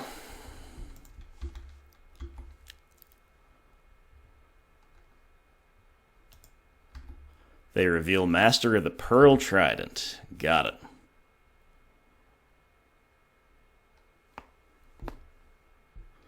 Then play a Gemstone Caverns. Alright, Bob.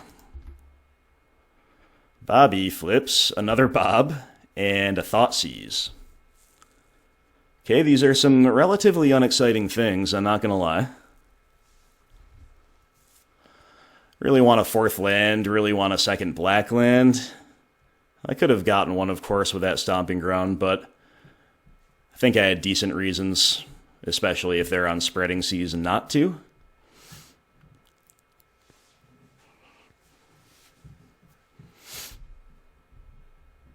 Are we supposed to play both Bobs here? It's kind of my big question.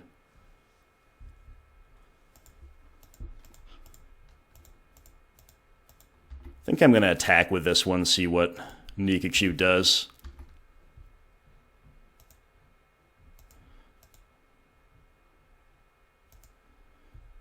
It's a tough call. He's hesitating. So did I.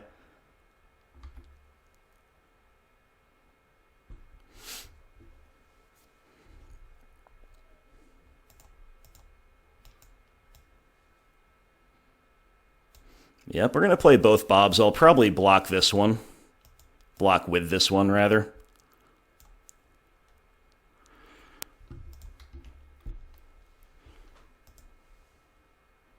Remember, we've still got Fatal Push in the back pocket. Again, I'm getting everything that I can down under a potential Chalice. Who even knows if it's in post side? But, you know, it's definitely better against us than it is against Classic Jund. Due to our really low curve.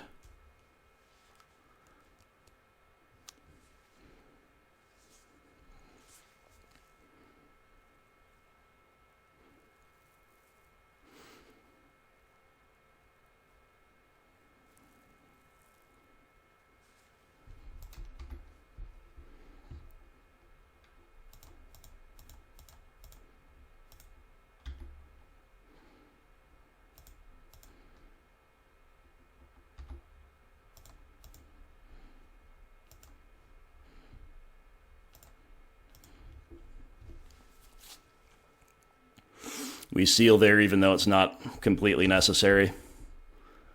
It's just like the play we're going to make anyway. Ether Vial. Okay, there's one unknown in an opponent's hand, I believe. You draw Abrupt Decay off of Bob and a Hexdrinker.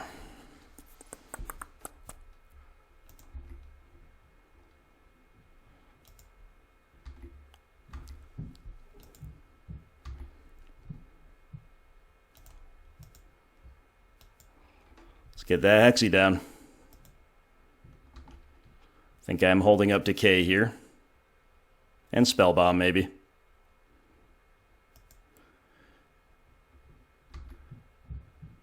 Opponents are relicking there is no surprise.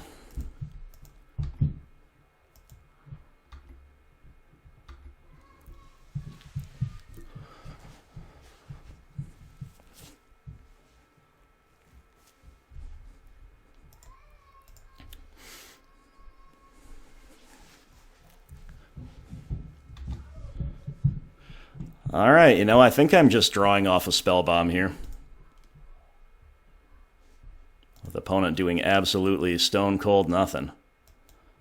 Don't really want to decay the Vial, although that was the other option. Bob flips painlessly with a Blackcleave Cliffs.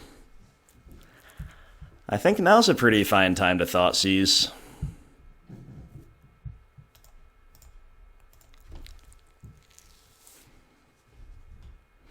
Paradise Mantle, Inverter of Truth, Glasspool Mimic.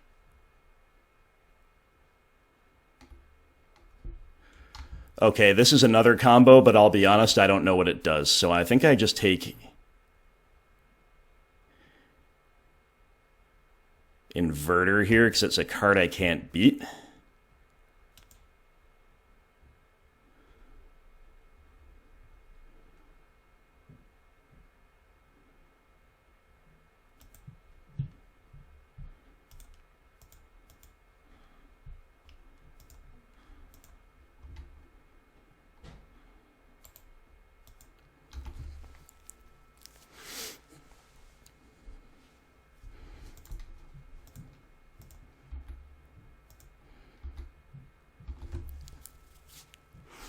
I mean, it's harder to beat. I have Trophy, obviously.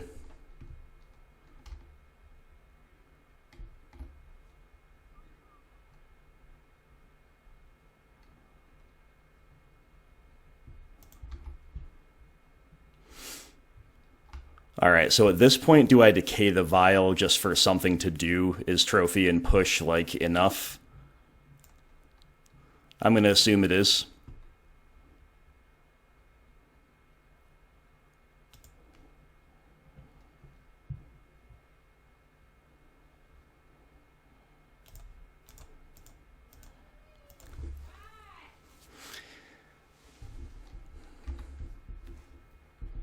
We draw Bolt too. Alright. And Bloodstained Mire. So if we attack, that is lethal.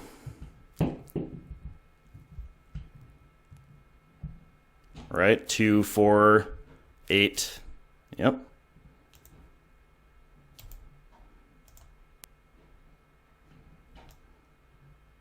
Oh no, it would be if we had another red.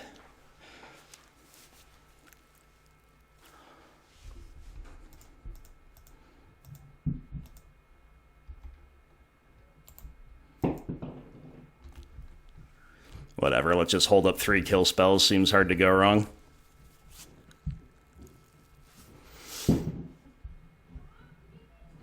And opponent knows we have the Bolt, so they are dead on field before factoring in the Ravine.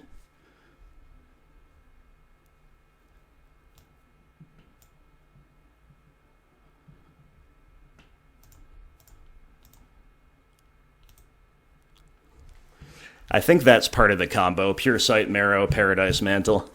Yeah, so let's take a look at these.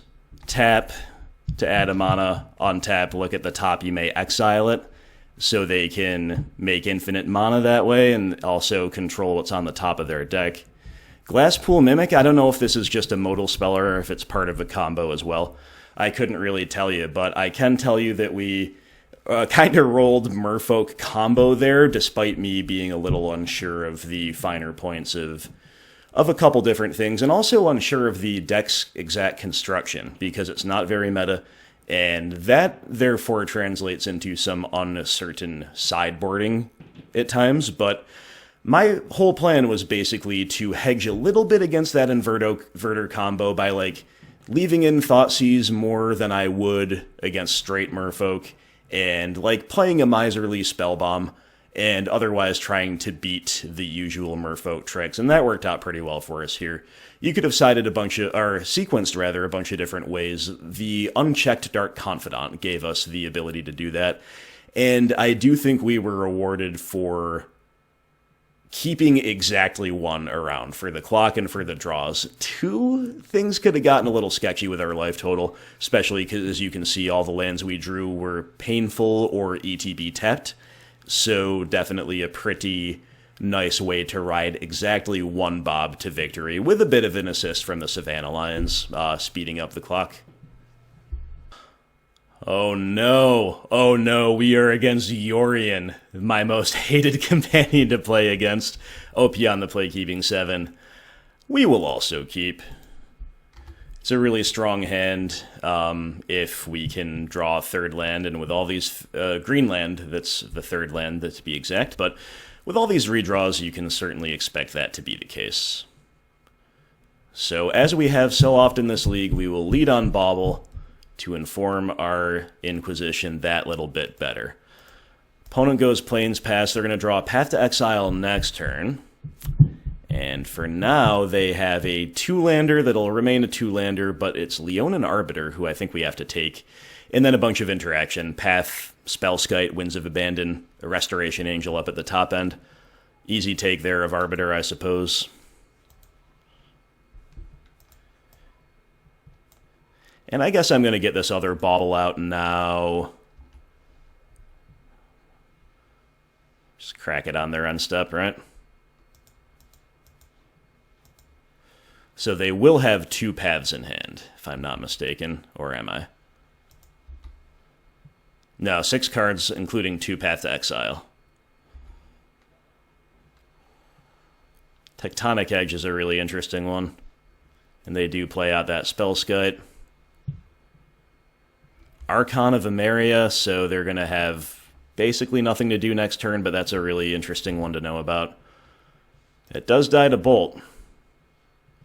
We draw Dark Confidant.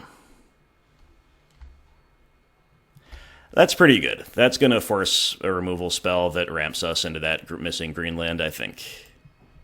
And if not, he'll just draw us one. And win the game like he did against Nikachu. Really interesting to sling the Inverter, what I assume is the Inverter Thassa's Oracle combo, although we didn't see Oracle. And, yeah, Winds of Abandon, sure. We'll go get our Forest, and we are operational. Still know the opponent's whole hand. Still got a Thoughtseize waiting for the opportune time. Which might honestly be now, simply because it is mana efficient.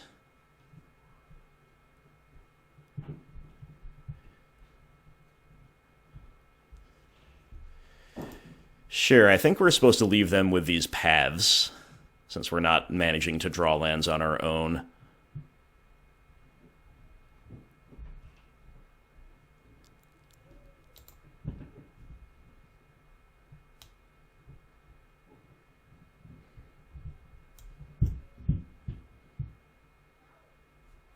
Yeah, I'm going to do it now because we get taxed out of double spelling next turn.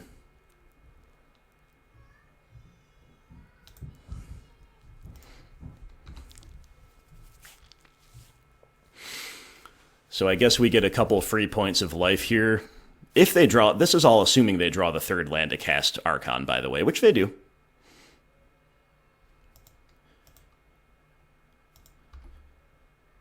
So we'll decay the Archon, they'll redirect it to Spellskite, shocking themselves to do so, and then we get to untap and bolt it. You know, interestingly, if they just let this resolve, which I don't think they probably should in a vacuum, but if they had, it would have been good against our hand, but you understand why they don't. I think it's correct not to. And we draw Hexdrinker, which is pretty nice, just because it's castable, right? It's more path bait, another must-answer threat. That's the beauty of our deck, is everything is basically a must-answer. And their hand is just 2 paths to exile, plus whatever comes off the top. They cannot cast double white spells. So far, they haven't showed us any, but that's still a thing. Worryingly, they can basic tax us pretty well. We'll see how it all goes, but that's definitely something that's looking really rough. We draw Inquisition.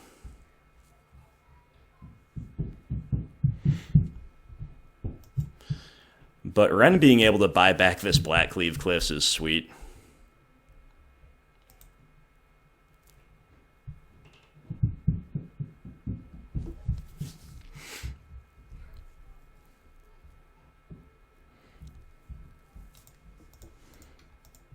So let's try to sneak in our 2 damage first.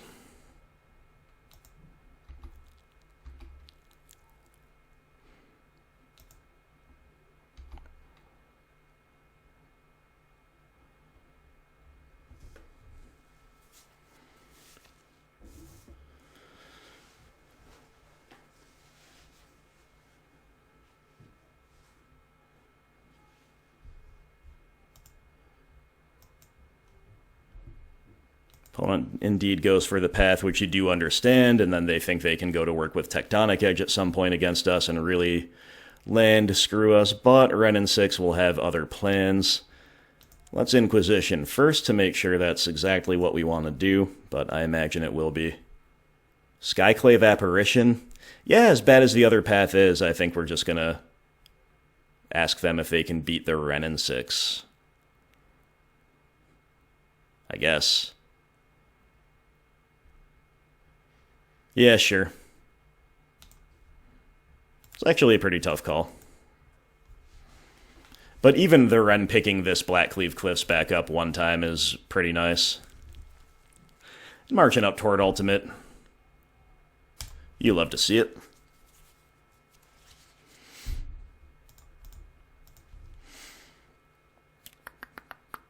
Opponent will put Companion into hand and play out a land. So they are able to path our Kroxa, which is a little rough. I was hoping maybe they'd have to choose. No such luck. But if they do, then they're losing Yorion, so that's pretty good. And if we didn't have basic forest here, we could actually play and escape Kroxa.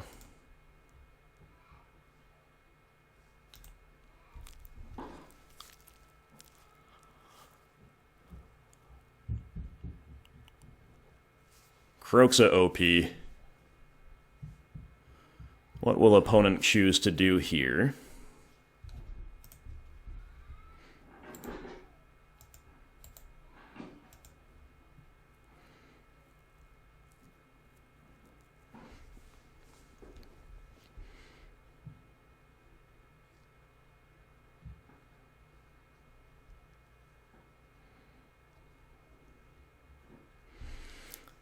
Understand them tanking over this.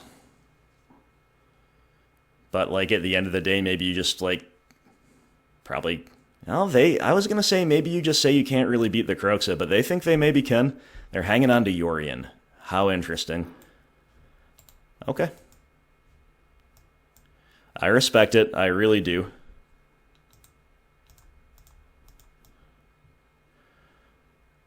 Yeah, I'm going to put Lurrus into hand and just deploy the Tomb.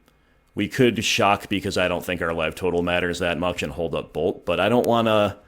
I don't mind the shock. I don't want to telegraph a Bolt. I guess that's really more of a concern. And they're rewarded. They get to hardcast Yorion, but, I mean, at the end of the day, it is just a free 4/5 flyer. Which is good, but better than Kroxa? I doubt it. I doubt it. So many good lines here. None of which involve killing Yorion, to be fair. But I think escaping a Kroxa is probably just what we should do while we can.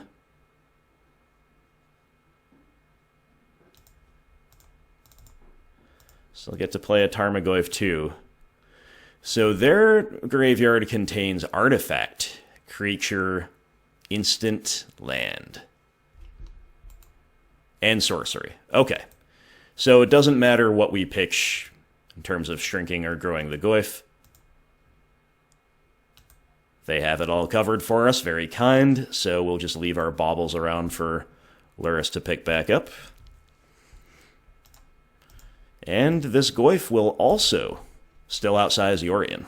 So there's a lot to like about our position. I don't think pinging them changes the clock, but I'm going to start doing so anyway, because there's no reason to believe that we're going to have, like, find the cards to make Wrenn's alt good, like finding more instants and sorceries after we've already exiled all of them, and then also have the Wrenn live that long, and then also have the lands to retrace. And if we're drawing that stuff, especially the instants and sorceries, we probably win anyway. And anyway, opponent will crack a silent clearing and then scoop it up. So, very nice to beat Yorion game 1.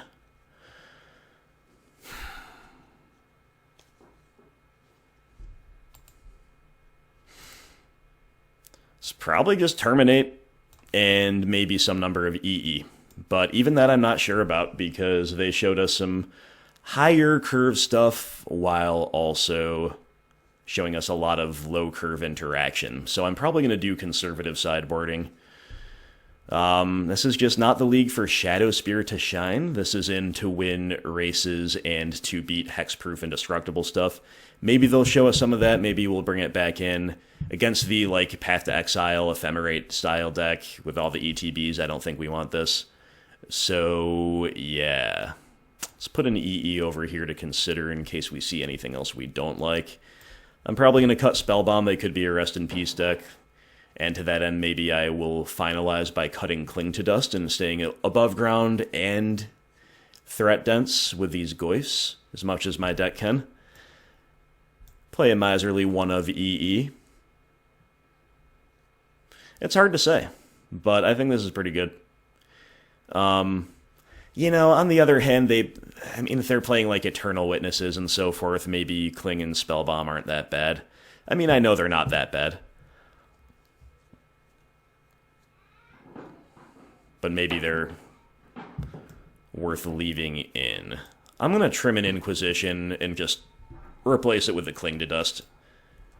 Cling is going to be good under a lot of circumstances here. Unless they have Rest in Peace, it's always at least decent. Alright, it's a blacklist 2-lander in terms of both the lands and the spells. I think it's a keep. We got a lot to like here.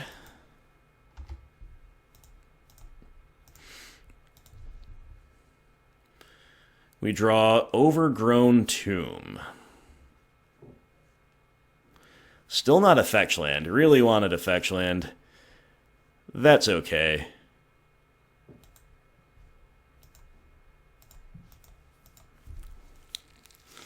We'll still run out good old Hexy.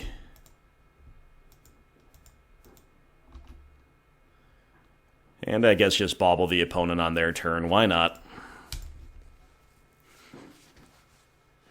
Giver of Runes about to be drawn and about to be bolted. If that's their play, but it is not, it is Thalia. Well, if we were on the play, the ability to ping with Wrenn, that would be lovely.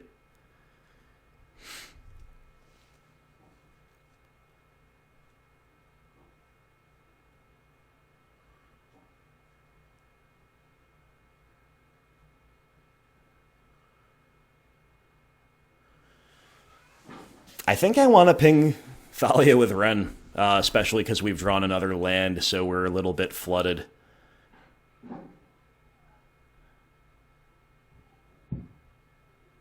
And there's actually not a red land to get with this Bloodstained Mire, because we have Blood Crypt, Stomping Ground, and Mountain all in hand.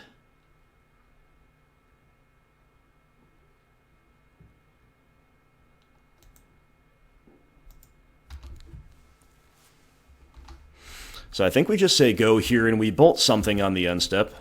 If it has to be Thalia, it has to be Thalia. That's probably fine. It means we wasted a little bit of clock, but maybe we kind of time walk the opponent in doing so as well. I think the signal that we're sending is that we maybe don't...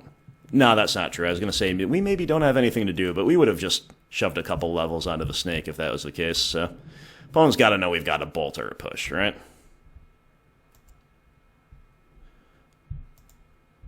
Okay, this is perfect. The Giver of Runes and no third land. This is perfect. So we get to bolt the Giver just like we wanted to untap and ping the Thalia with Wrenn.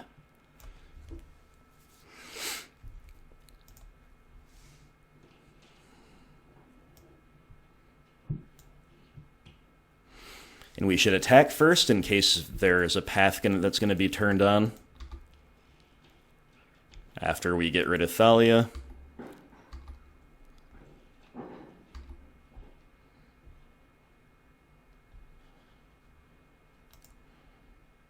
I'm going to fetch something here. Maybe another Overgrown Tomb is just fine.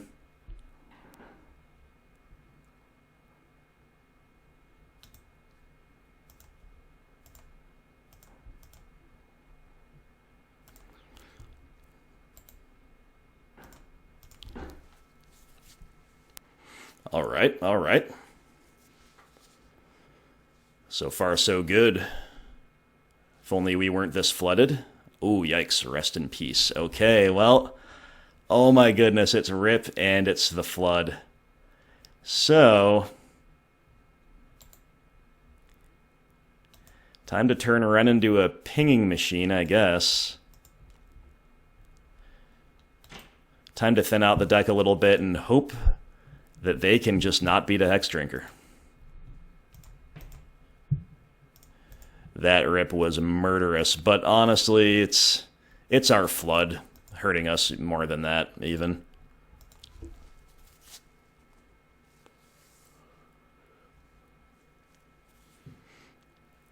Alright, we need one turn of them not being able to answer Hexy. It'll be level 8 next time, and they have Winds of Abandon. Bruh.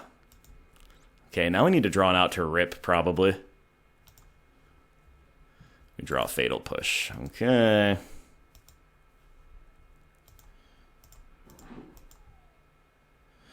Put Lurrus into hand, play out a Goyf, I guess.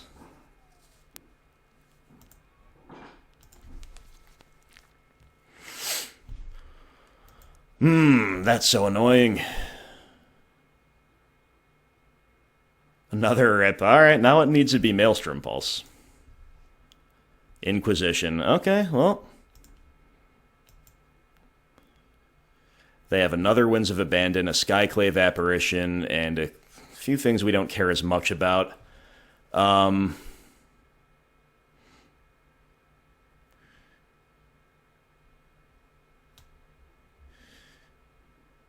They have a whole lot of gas in hand, though. I think we just kind of have to take Winds of Abandon here and race. And by race, I mean do some really underwhelming stuff like ping with Wrenn and play Lurrus as just a 3/2 lifelinker. I know how bad it is, I know. You don't have to tell me. But in the face of a Rip, it's really all we've got. And if the opponent has a land for the Skyclave Apparition, which we just don't hope they don't, we at least get to push it and attack with a 3/3. Obviously, they rip the land immediately. So, I mean, no matter what they do, we can beat it with Fatal Push. I'm assuming it's just Apparition, but they might be thinking it's an Archon of Emeria. All right.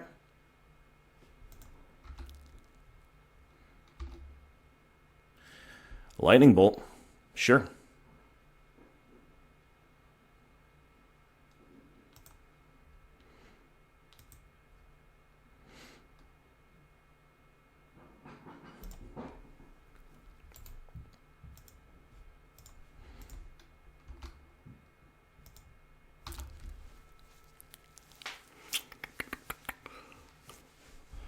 Yeah, the third land obviously a bit rough. I can't imagine it mattering that I didn't play my fetch land here, but maybe if they play another Archon preventing us from double spelling, that could be rough. Or did I make a land drop? I honestly don't remember. My brain's a little fried right now, my friends. Forgive me. We know their hand is Skyclave, Archon, Maul. Here comes that Skyclave. Whoops. I don't know if I'm auto-yielding. We turned that off. Because we want the push right here, right now.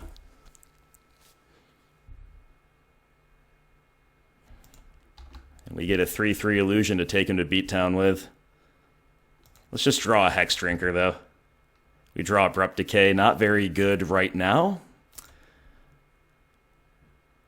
but could become good. Could clear the way for our illusion to win the game just by killing the Archon. That would be a thrilling way to win. One of these days, I have to put Blue Illusion token onto the cover of these leagues because it does so much work. The Wrenn pings are really adding up too, which is pretty hilarious. Opponent's drawn a land, so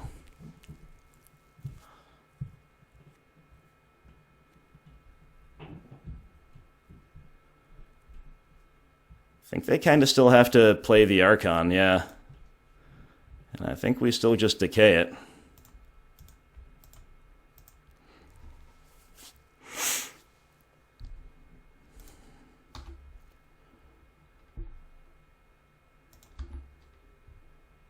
Raging Ravine seems like a fine draw. This thing doesn't give lifelink. Nope, first strike, okay.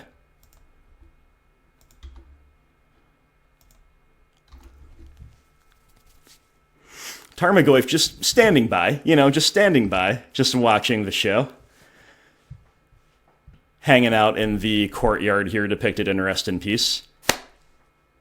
And that is the match. Well, there we go, my friends. We take the 4-1 home with Serpent Jund. We take down a Yorion deck comprehensively 2-0. Well, my client's lagging as it often does. Let me set our list back up and I'll get back to you. Alright, my friends, a successful league, but a passingly strange one, right? And that's okay, because we're on not the most normal of decks ourselves, but I will, and also not least because of round 1's potential recording issues, I will look back at that, and you'll have full info having already watched this, so I won't talk about that here. But a lot of strange things indeed going on, and we lose round 1, we get crushed by some wonderful play from Daniela M.S., Patreon supporter of the channel, an Inquisitor, a relatively new one, but one whose presence on the Discord I have enjoyed, and who really shows us the path here. He definitely just takes us to the house, and after that, we had a bit of a sketcher in game 1 of round 2, where we got kind of tempoed out by the... Oh boy, the name escapes me. I can never remember the name. Eldrazi Displacer, that's the one. Out of red-white, Boros Eldrazi and Taxes, tempoing us out, resetting Kroxa, doing some other horrible things to us. And then from there, though, the league took a turn for the better. We junded them out. In Game 2, we got a free win due to just biblical levels of flooding from the opponent in Game 3 around 2. Really, really unfortunate stuff. And then we have a pretty intriguing display from the deck from there on out. Did we 2-0 everybody? I think we did. I think we 2-0'd Mill, 2-0'd Nikachu on Merfolk Paradise Mantle combo and Inverter of Truth combo, and then 2-0'd the Yorion mid-rangey deck at the end. It had a lot of tax elements. I don't know exactly what to call that one, but it's certainly a Yorion pile. So the second half of the league, we went into overdrive, and we did exactly what this deck set out to do, exactly how I drew it up, with the notion of, as I... I'm going to need to redo the intro, as I hope I will say in the intro when I redo it, or when I record it, the... taking cues from Golgari Snakespear and from Jund Shadow. And we saw that happen a lot here with just like so many double spell turns, especially out of nowhere. Those opening hands with Bauble, where you don't have a turn 1 play, or maybe you do, whether or not you do, or maybe your turn 1 play is reactive and you do or do not use it. The fact that you can crack Bauble and then untap, draw 2, and the 2 happen to be a discard spell and a Hexdrinker, that's like my favorite thing. That is where you make up ground that mid-range decks would normally lose in tempo. It's one of the reasons I love the structure of a deck like this, and it also enabled Dark Confidant to shine. And I don't think we drew Bob all that many times, but he was really good when we drew him. I think this is a good shell for him. We saw him just like I said at the time, exactly one Bob perfect against Nikachu. Against the pressure of Merfolk and the ways Merfolk can win in the combo. We have to keep drawing cards, we have to pressure them, we have to stay ahead of them, but we also can't play it too fast and loose with our life total, so one Bob makes a trade, the other Bob carries the game. You love to see that.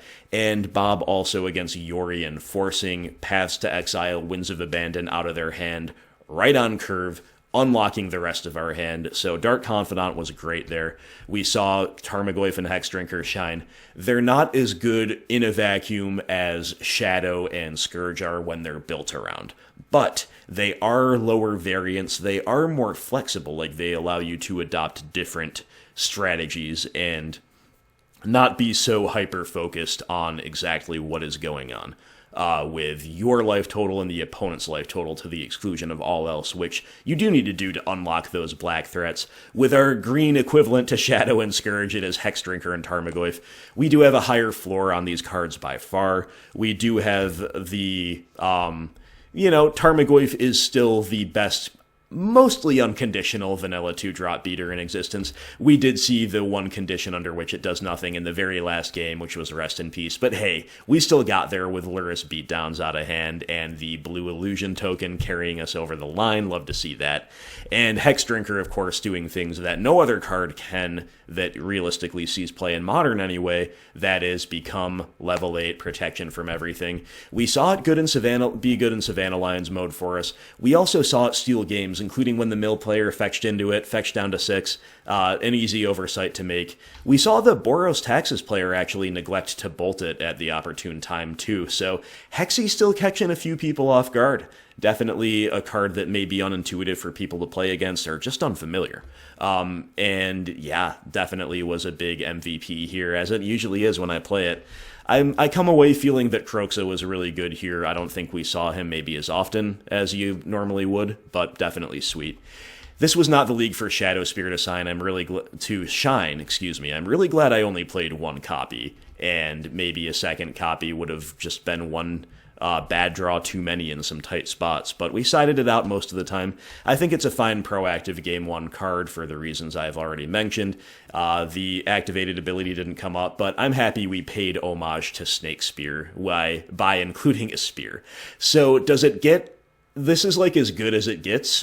Even though my play was a little sketchy, maybe in the beginning turn or two, or game or two rather. I'm not certain. I'm left feeling that, but I need to look back.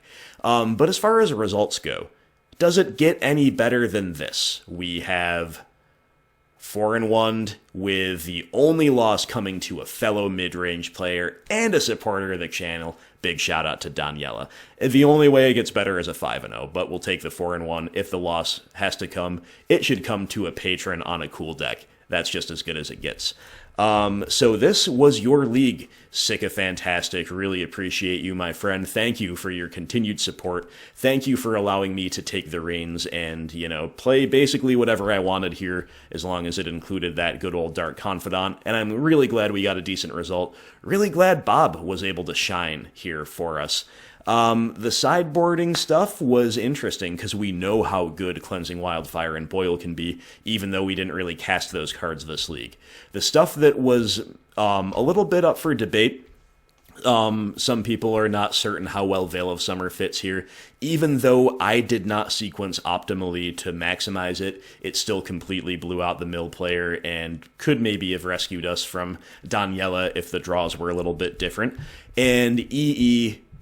we didn't get a chance for it to shine, but I've played other games with this deck where you're looping E. It is preposterous.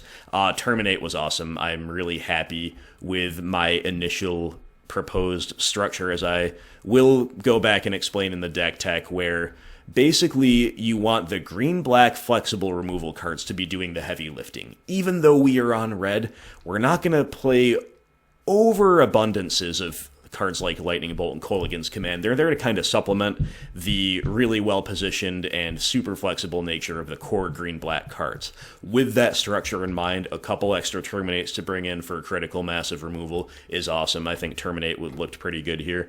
And, the mana's unkind. Terminate can be a hard card to cast, surprisingly. just like a black-red spell on top of everything else if you happen to have, already cast a black or a red spell. It can be a little bit tough, so that's the big Achilles heel of the deck, but overall it was great. The baubles were awesome, Lurrus was incredible, we got a lot of joy here, and the 4-in-1 is something I will take any day. So that is that. Thank you once again to Sycophantastic. Big shout out to Daniela for beating us down, denying the 5-0. And also, where are our new Patreon supporters? I had their names pulled up here. Here we go. We got an Inquisitor named Matt and Unearthed tier member Boros Taxes. Hope I got your name correct, my friend.